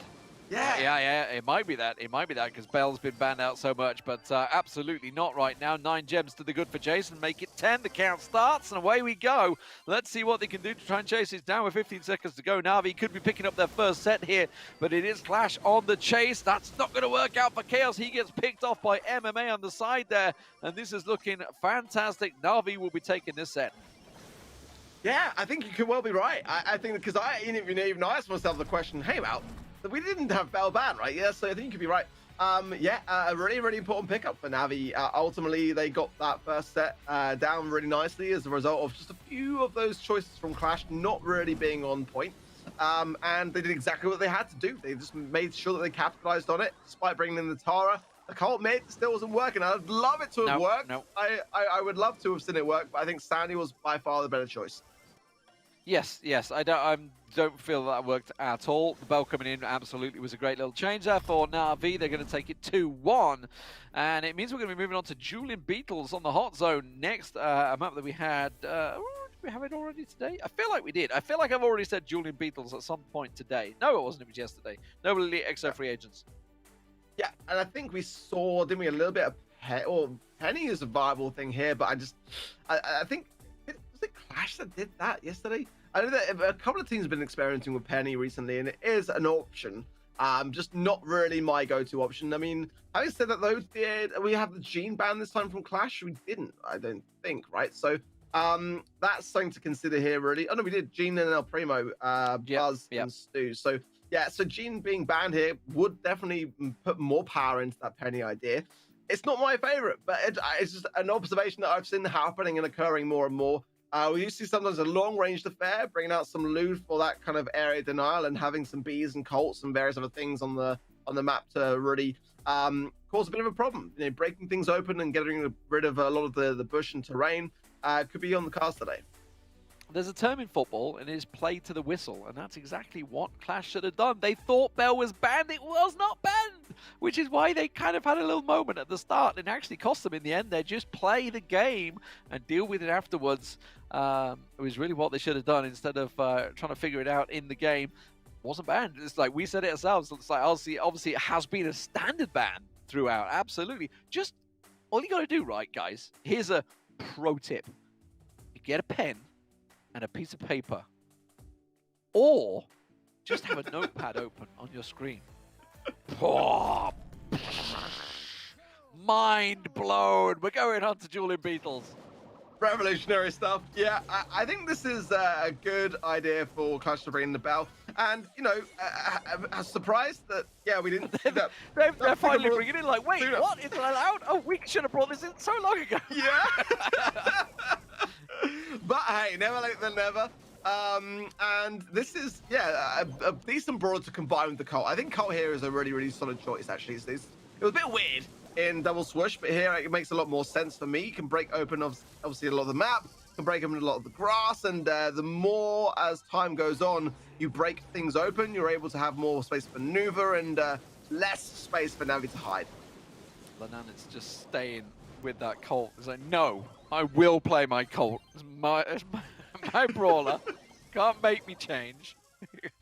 You know what? It actually kind of works, as you say. If you break the map open, it absolutely is going to be vital now, because now they're going to struggle to get close. Yeah, and with Lenan hitting the shots as well as he is, Tick obviously is a great one for control, but those sandbags can have piercing effects with Colt being able to super through them as well. The nice takedown from Lenan takes down the head as well as the takedown as well on the Tick, and just really, really nicely done. Chaos is going to be able to just get a load of value off those sandbags as well with shots there. And I've got to say that, you know, this is, for me, the place where Clash are going to be able to take this, because they are looking very, very comfortable, and nothing that Na'Vi can really do at this point. No, they're getting the kills, but they're unable to clear them off the point. Every time they got a kill, there was another one. It was like a relay race. Clash were there constantly getting on the hot zone, and now they find themselves actually on match point, as opposed to what I said earlier. Well, you know, again, we saw reluctance yesterday for Na'Vi to go to that Bell idea. I think they've got to do the same here. Really, that Cole. I'm surprised actually that we've seen less of Jason going in with that particular Brawl. Again, I think one that is a very, very go-to idea for Julian Beetles. You know, being able to combine it with so many ideas to break things open and really, you know, blend and you know, mend the map to the way that you want it to be. And yeah, it's kind of where Navi thrive. They love doing that kind of stuff and have done in the past, but I think they've got to do it right now, and that's already been set in stone by Clash as to the way that they want to approach this one as well. So they're going to struggle, I feel. I mean, something that can work on Julian Beetles is the Lou or a Sprout. There's a possibility you could change that. Not too sure on the tick myself. I would have thought maybe that a change for that could absolutely work in their favor. Lou's definitely a brawler we've seen more and more and more over the last few weeks, starting to take control. We'll see whether they do manage to make those adjustments, and more importantly, whether they just stays on Colt. You know, I feel like that's going to be, even if we go to a 5th map, I think he wants to stay on Colt, no matter what.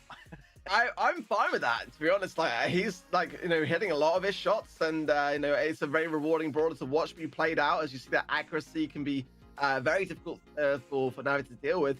And you know, if he keeps breaking open the map, and that's gonna, you know, ideally give his team an advantage to be able to, you know, get rid of a lot of that unpredictability again. You know, this map really, once you have a brawler like Colt in the mix, takes away the strategic advantage of some of the other ideas. So they are going to keep to it, and I think that's good that Navi have brought in the Bell.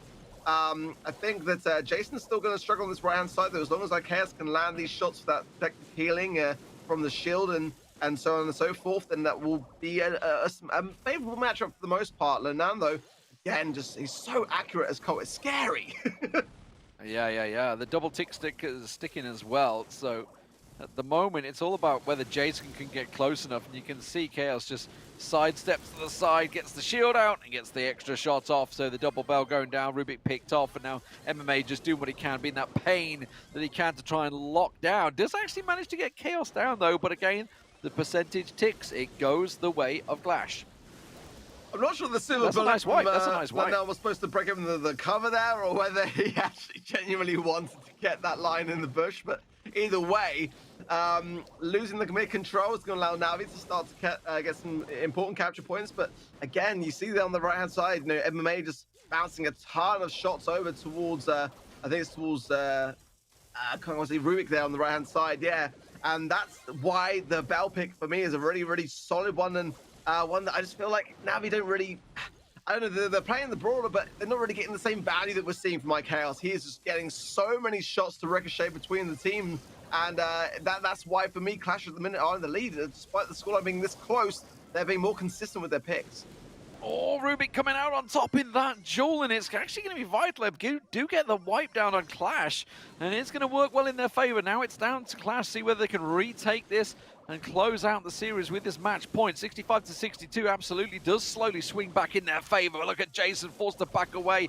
Couple too many shots. That super comes through. Doesn't work. Doesn't connect, but the absolute bomb does. And now he goes down. Rubik pushes in, and it's the two ticks back and forward, basically facing each other. It's always a classic when you see them brawl. It's the two fat lads having a good old slap fight on the side there, but it didn't work out well for him. And now Chaos do what he can to survive, because at the moment, Navi have control. Chaos got so many connecting shots there, and Rubik did really well as well to stop that in its tracks very quickly. But just Jason goes down. It's a chance for Clash to really hunker down in this zone, and Colt can pierce through a lot of this. I think down will go MMA. He will. This is the chance for Clash to bring this back, and they are doing it spectacularly well. Clash will tie this one up and finish the day strong. Whew, it was tight though, wasn't it? It was tight, 93% in the end. Na'Vi threw everything they had there, and that is a worrying sign, because coming up next, of course, is EXO free agents against Na'Vi. But you gotta give it. You've got to give it to Clash. They have closed out the season with a phenomenal 12-win record. Superb stuff from, actually, I think it might be a 13-win record. I don't think this is updated. I've got a feeling it's a 13-win to 1 loss. If I'm not mistaken. Wow. So magnificent record for Clash. Yeah, I mean, this is why they are, you know, considered as being some of the best teams in the world, some of the best players in the world, and just so consistent. Just, you know, again, really, you know, I've got to say, I like the brawler picks. You know, I like the way that Clash like to play a lot of Rico, a lot of Colts, and various other things that are just really fun to watch and underutilized. The Dynamite didn't quite work out in Siege for Gear, but nevertheless, I still like the boldness of going in with those ideas. It shows confidence, And that for me is really, really key. It's a bold pick. Let's see if it plays off. Yeah. We're going to go to break, ladies and gentlemen. When we come back, we have our final game of the day here at Playday 8 to see whether EXO free agents can make it through to the Final Four. They're against Na'Vi. See you in a few.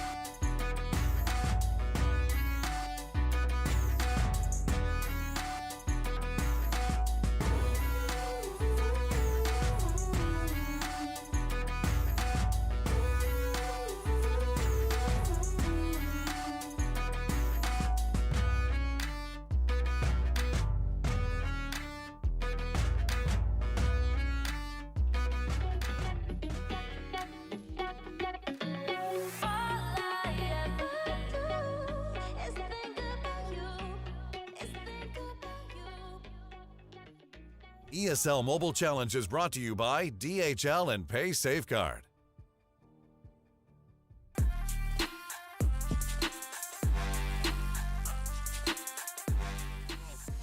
Welcome back, ladies and gentlemen, to the final game of the Playdays here at the ESL Mobile Challenge. It is EXO free agents up against Na'Vi.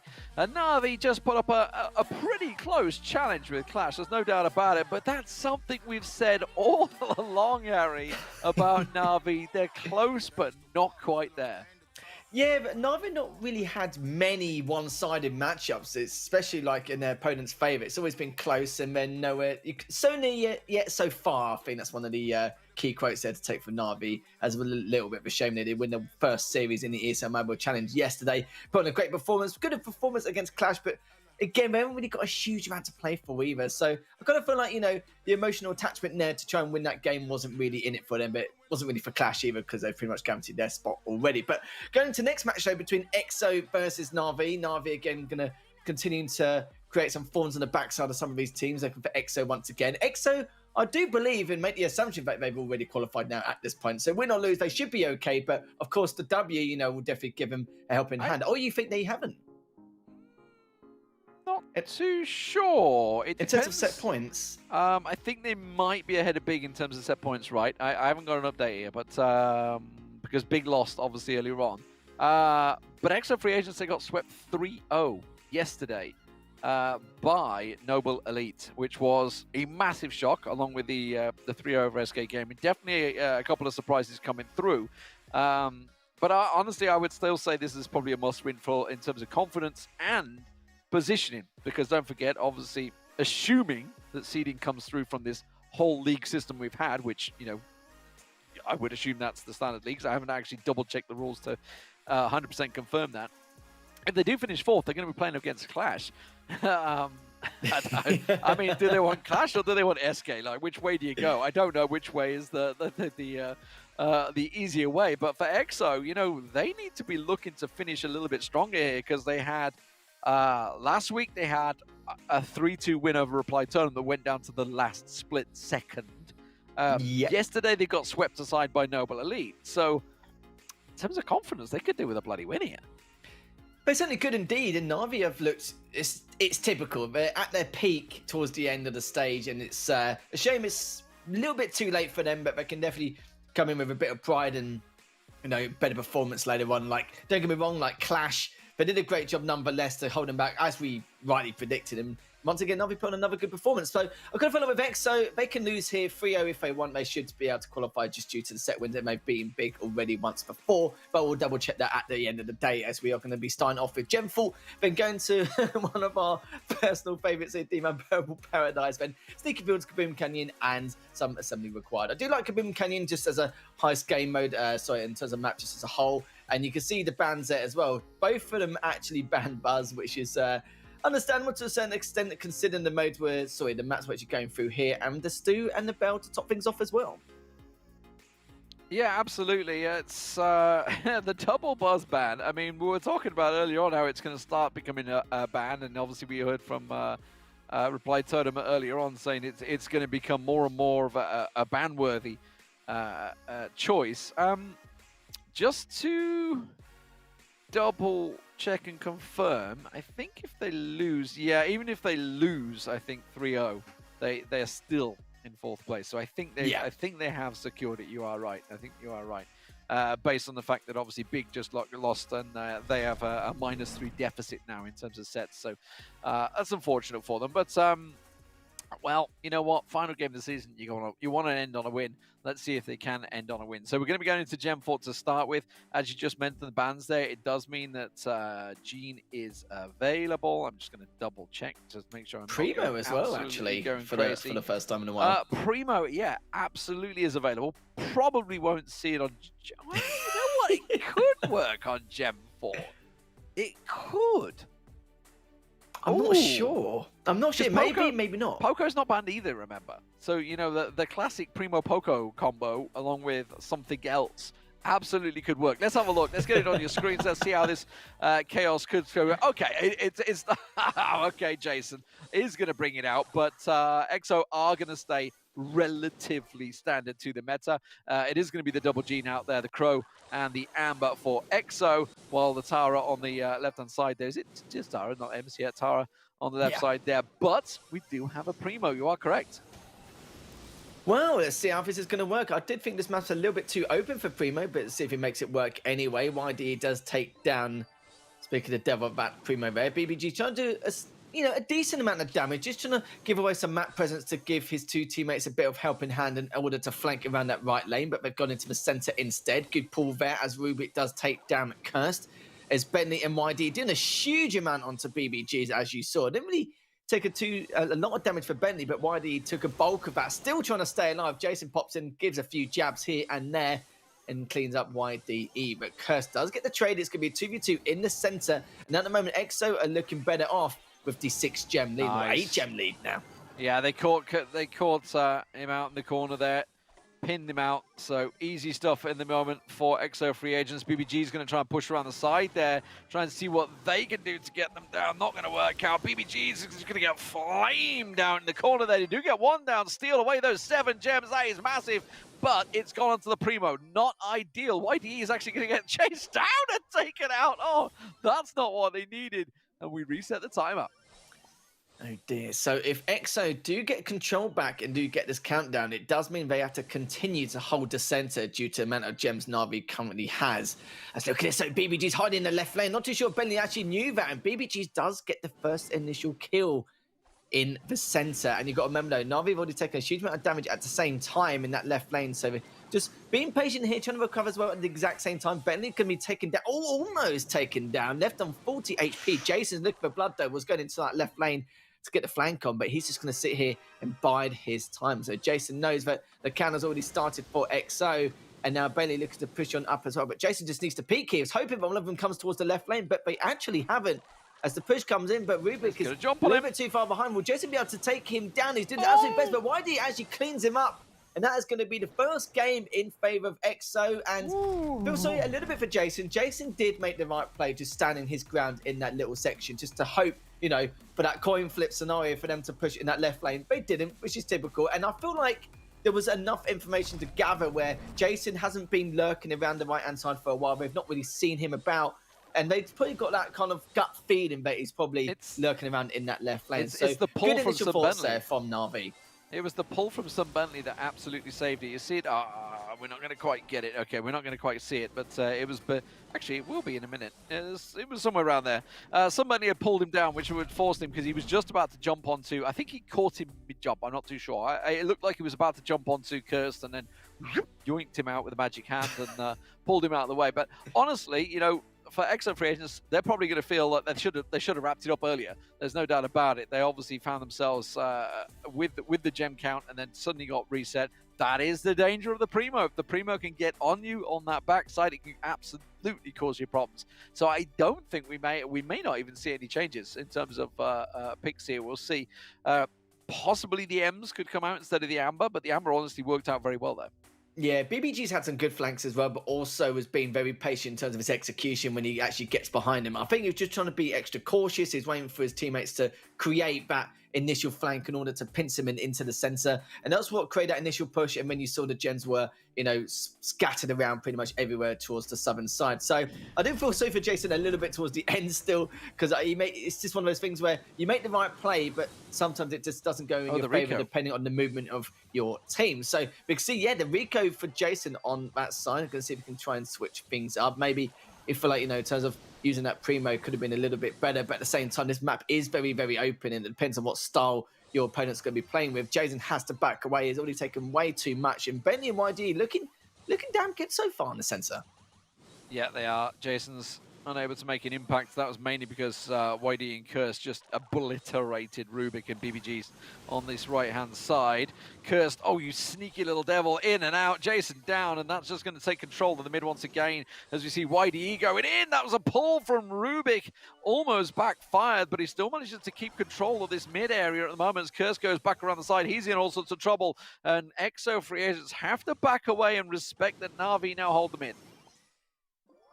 Yeah, this is going to be all about discipline and coordination here from EXO. YDE just trying to feel out the competition, find out what's going on in that left lane before he even considers any plan of action. But some good damage from him, just showing a bit of presence here with that Amber. YDE just done a fair amount of damage to make both players on Na'Vi having to pull back. Jason just switching into the right lane with the Rico instead. But he's done a huge chunk there onto Kirst and to Bentley. 432 HP and manages to survive. Kirst is actually recovering. And this is looking bad for Na'Vi because already both players have been taken down. If any of them get taken down now, that is going to be it for them. They're going to win that numbers game. But it looks like they have managed to back away. And it's going to be very tough now, as you can see, looking at 10 seconds left remaining. And now the only thing they can do now is to push at a disadvantageous situation. It's just not going to work for them. Doing the absolute best, but it's just not going to work. As EXO managed to bag the first set in the series. Yeah, keep your eyes on the slow on the Tara. Absolutely keeping BBG saying, no way you're getting that black hole on us. You can stay as far away from us as possible. Get the slow down on him, back away, and absolutely worked out wonderful. Keep your eye on that on the replay. It's on the right-hand side of your screen towards the end of this one. And that basically just kept away because that could have been a game changer if they'd have caught them on the switch there. Great pull on Jason, absolutely working. Look at it there. BBGs can't get in close range, just in the ends up throws the super in sort of desperation hope. So really well executed there by EXO Free Agents. They take the first set 1-0.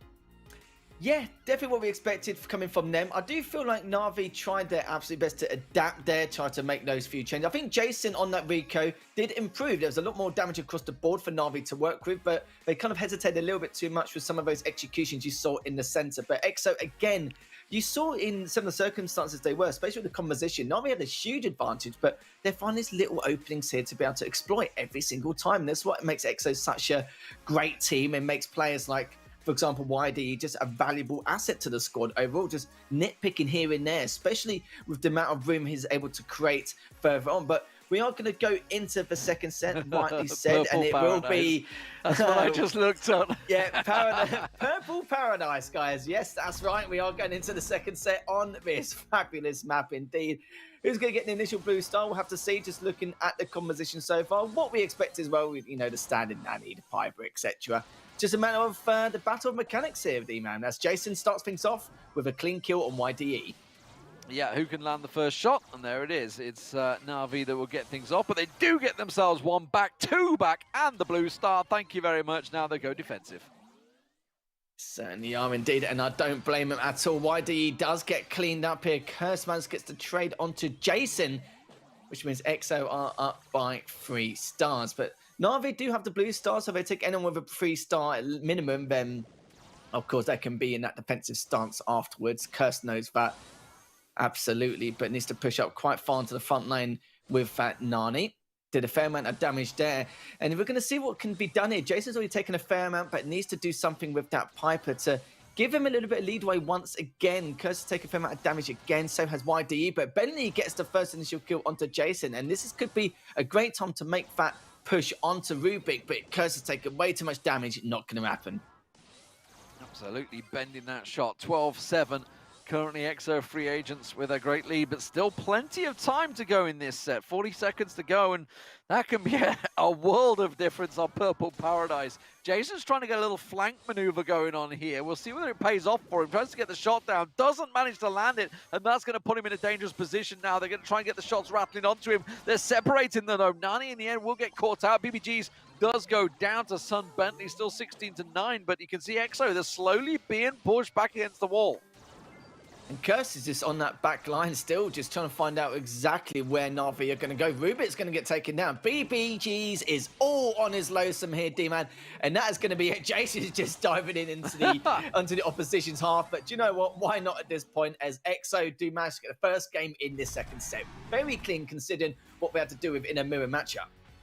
Yeah, I mean, it's a kind of an expected mirror matchup, honestly. I mean, it's Purple Paradise, right? People can come in. There's absolutely nothing anyone's going to change unless they do something wild and wacky.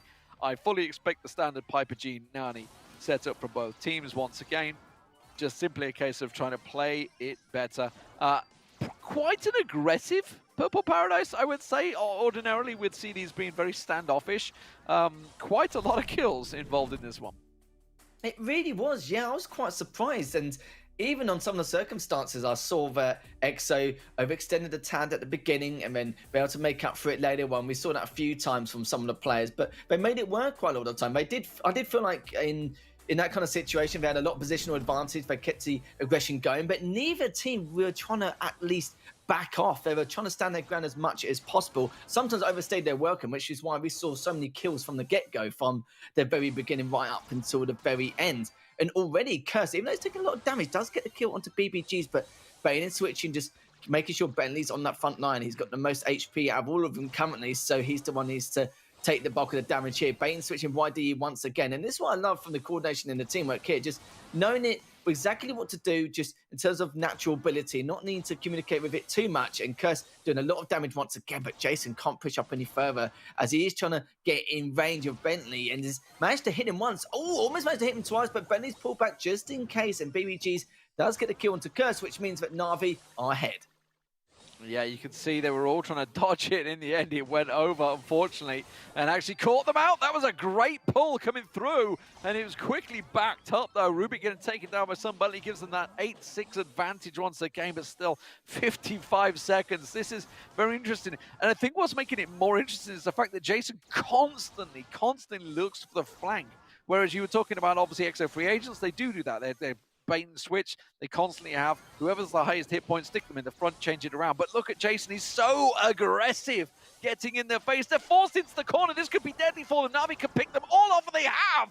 That is exactly what they wanted. Corralled them into the corner. They're going to back away. 30 seconds to go. YDE goes in, gets the grab, and just turns it back in their favor. 12-13. They're still chasing, but they do get Jason down. Oh, you know, earlier on, that was an accident waiting to happen, being trapped in the corner. But that play from YDE was huge. And Bentley takes down Jason. There's only 2 members left from Na'Vi, and they're already way too weak. It's too much of a disadvantage. Jason's going to pop on in to see if he can do any damage to inflict to help his team out in any way. But that is just not going to happen. But YDE massively clutched that good, you know, initial thought process of the game is to come in and get the pull and be able to take down at least one of the members to then help him out, being 1 star behind and clean up the other straight after with the numbers advantage. That was just textbook stuff there from XO. Yeah, magnificent. I love it. I mean, I love the aggression that Na'Vi had. It's something you always expect to see from CIS region teams, is they will always go aggressive. And what a great little pinch it was in the corner. Just unfortunately for them that, you know, it was immediately answered. You know, EXO free agents did not hang around to get the response on that. You could see he did just about everything he could to avoid the super. Just wasn't enough. The bot chased him down, gets him in. And EXO free agents will make it 2-0 over Na'Vi. They're not in any time to slow down here. It means we're going to Brawl Ball. Sneaky Fields up next. Sneaky Fields, I think we had on earlier on today. Yes, it was first game of the day. Replied Totem in Noble Elite in that one. Very interesting game, if you remember. Actually did work out. Obviously, the buzz was a big part of it. Is banned in this one. It's something we were talking about. Obviously, they had the double throwers in that one. So really interested to see what they bring to the table. Nita has, once again, more and more come into this one. Just to reiterate the bans for you guys, Buzz, Stew, Bell, all banned out in this one. I remember like it was, well, I was going to say yesterday, but it was today. It was the first season of the day with the Sprout and the Barley there. And there was a big talk about the compositions being used. You know, we saw the Poco, the Mortis, and the Buzz, and it seems to be a very, very strong composition. We know how offensive Mortis is with his attacks. The Poco just being able to keep him alive after some of those initial engagements is huge, but Buzz just pulling himself in to be able to maybe give a hand to the Mortis if he does a huge chunk of damage to 2 of the players but not finish them off, is where Buzz can come in, and also Poco maybe afterwards. But you saw the little, you know, sneaky play there from Curtin to slide into the center. Not going to happen. Bentley's already taken a huge amount of damage. Jason with that Rico now just dancing with Bentley here, but Bentley almost won that one. He had a little bit more time, but not going to happen. Is Curse already taking a huge amount of damage, and now YD is just going to have to just try and not delay the inevitable as of yet, but just keep him at bay so that the rest of the team can respawn.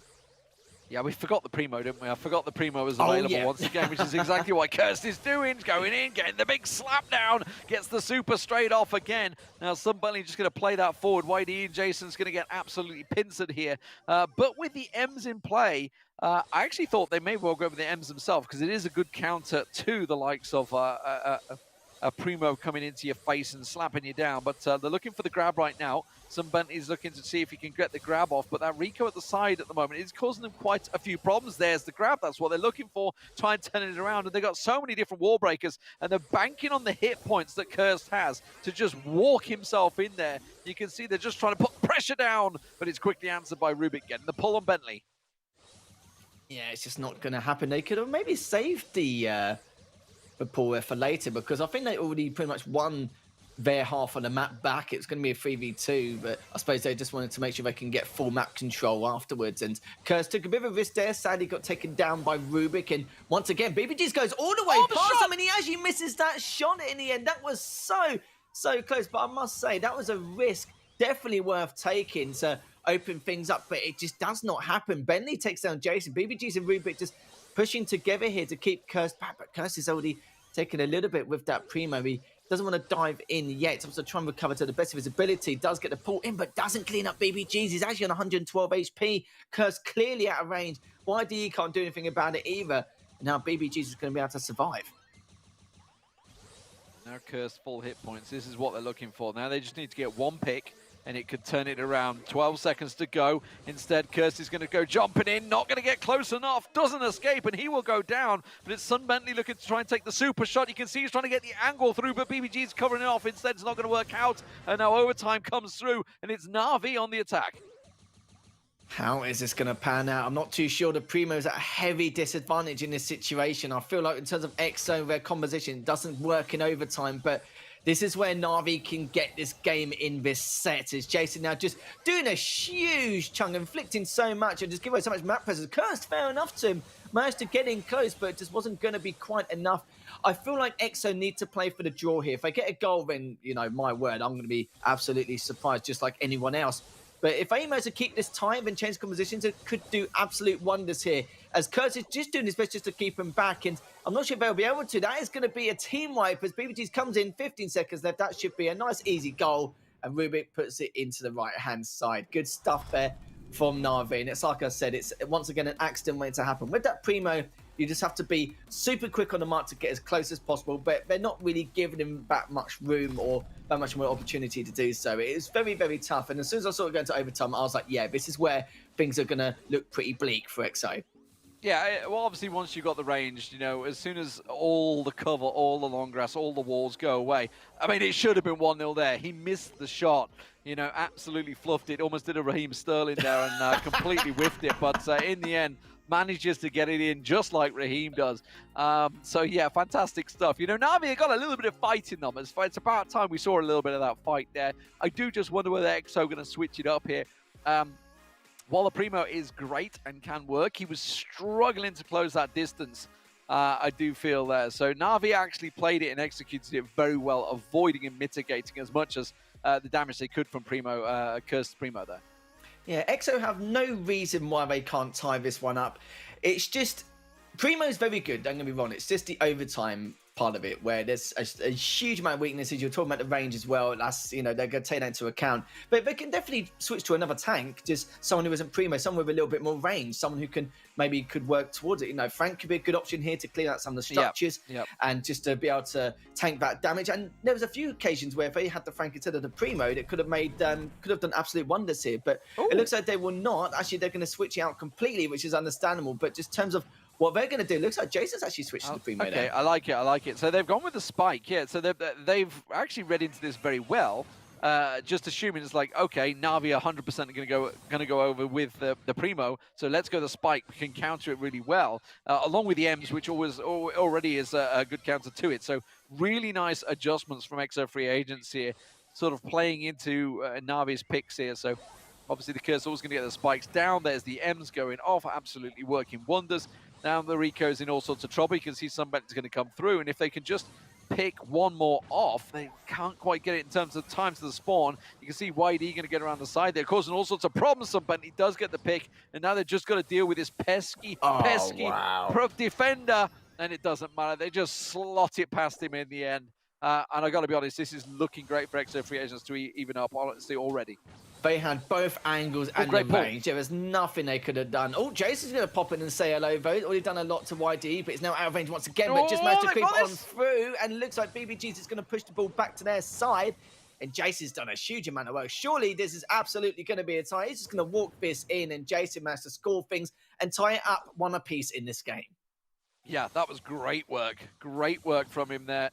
Really good, managing to get through, because that was looking dangerous now for them. But it is going to be EXO Free Agents once again that continue to push. It is a little slow on my end. Hopefully it's smooth on yours. But Kurz does take down BBGs. Jason in all sorts of trouble as well. He's going to get focused. YD can just run this, and he finds the little slot.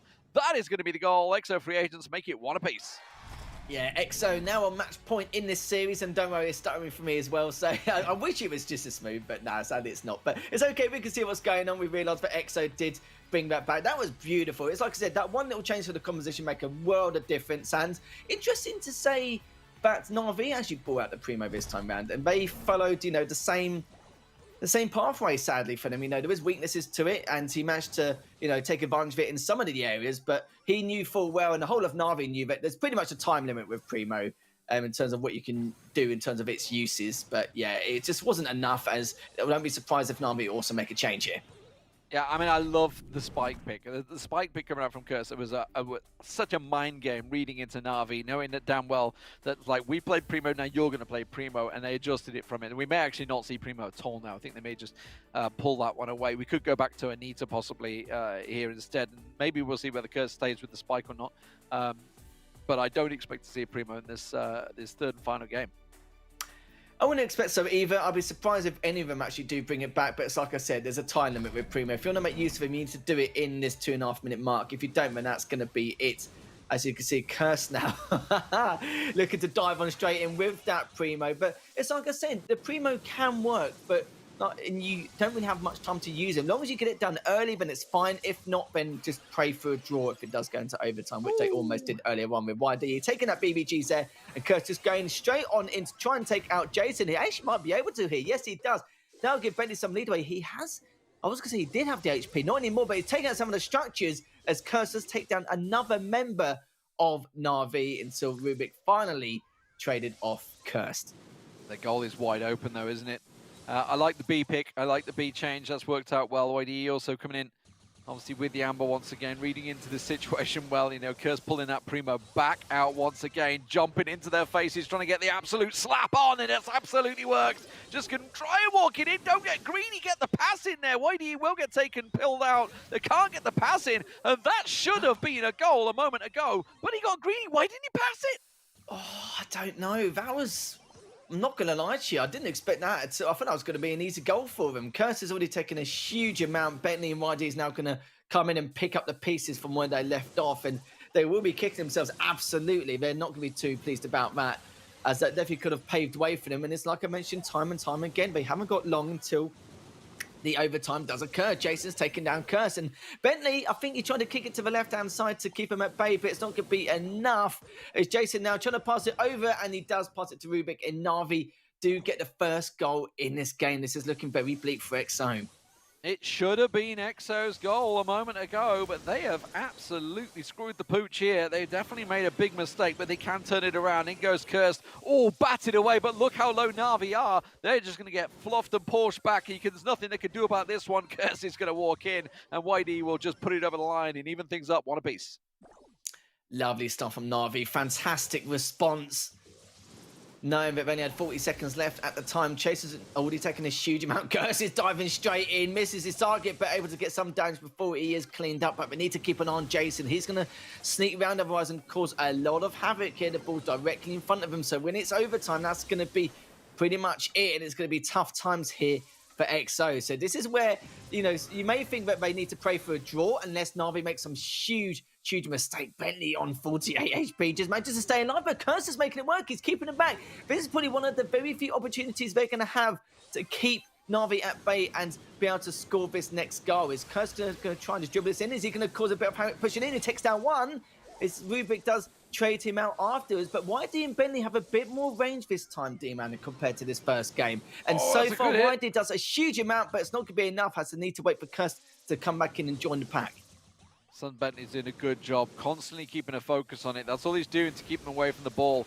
Kirsty's going to take a good amount of hits. Jason will get taken down, but BBG's doing a great job at defending this one. He's just going to try and punt the ball into the corner, but Kirst was ready for it. The pass this time does come. The primo elbow and the goal will come through, and it will be EXO free agents locking it out 3-0 in the end and securing themselves their place in the finals. And I reckon it might have been enough to put them into third. I'm not too sure, because obviously Reply Totem had a thing. We really have to look at the end scores to see exactly where everyone ties out, but that is looking like our top four is secured.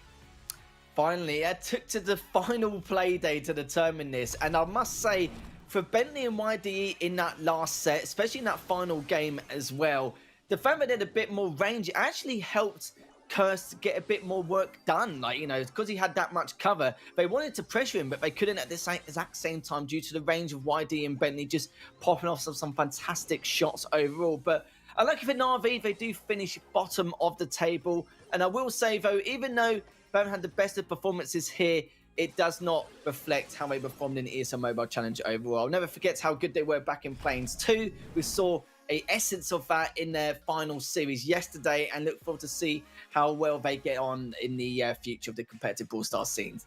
Absolutely. I mean, they're still one of the top European teams. There's no doubt about it. And you think of the arduous process everybody went just to be here in this league in itself. It's not just simply a case of an invite. They had to qualify, and they qualified twice. They had to go through 2 play-ins and became very close in the first one, obviously losing out to Clash 3-2.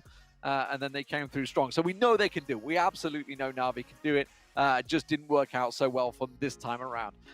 Despite the amount of games they've had incredibly close throughout all the play days. So fantastic stuff. It does mean we know who our top 4 teams are. So absolutely fantastic. I mean, it's been 8 arduous play days. We've gone through a patch. We've gone through new brawlers coming through. Obviously, Buzz coming through.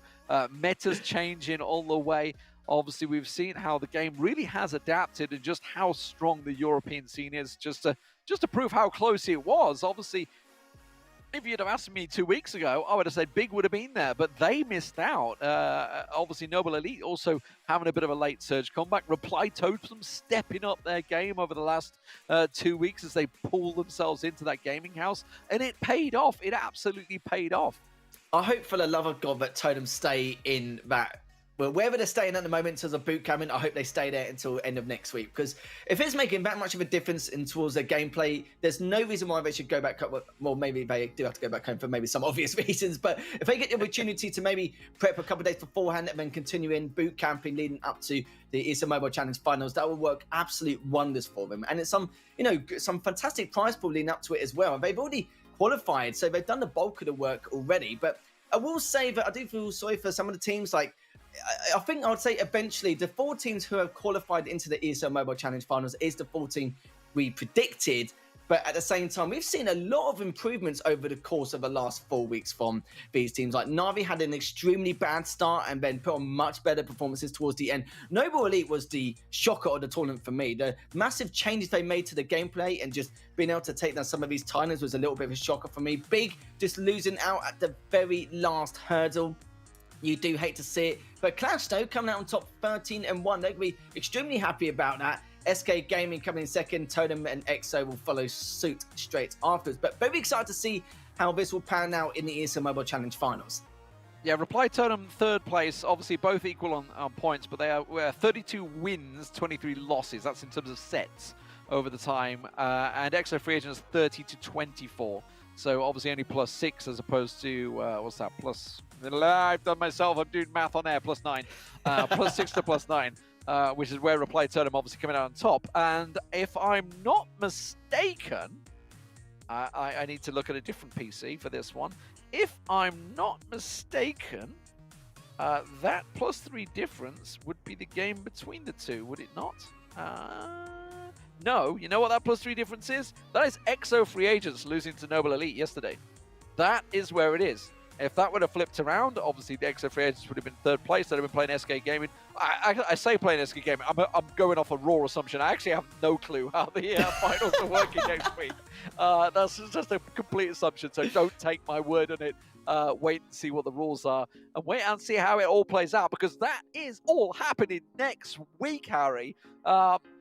It's been a long journey. We've gone through obviously weeks and weeks of ladders, of play-ins, and then of course 8 play days to be here.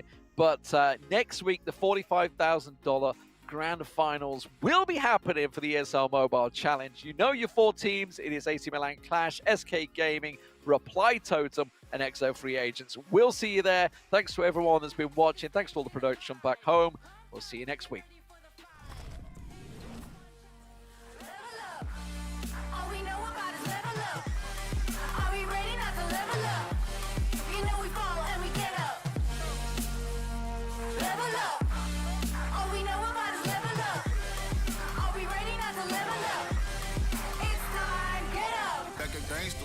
Still I'm standing tall, know about the ball. I got my fan with me. All we know is ball to empty out the mouth. The chosen one they call, I take my fan with me. Know about it if you tell, know you're breaking codes. Want your credibility and all fall like dominoes. Can you really take a stance? All I wanna know.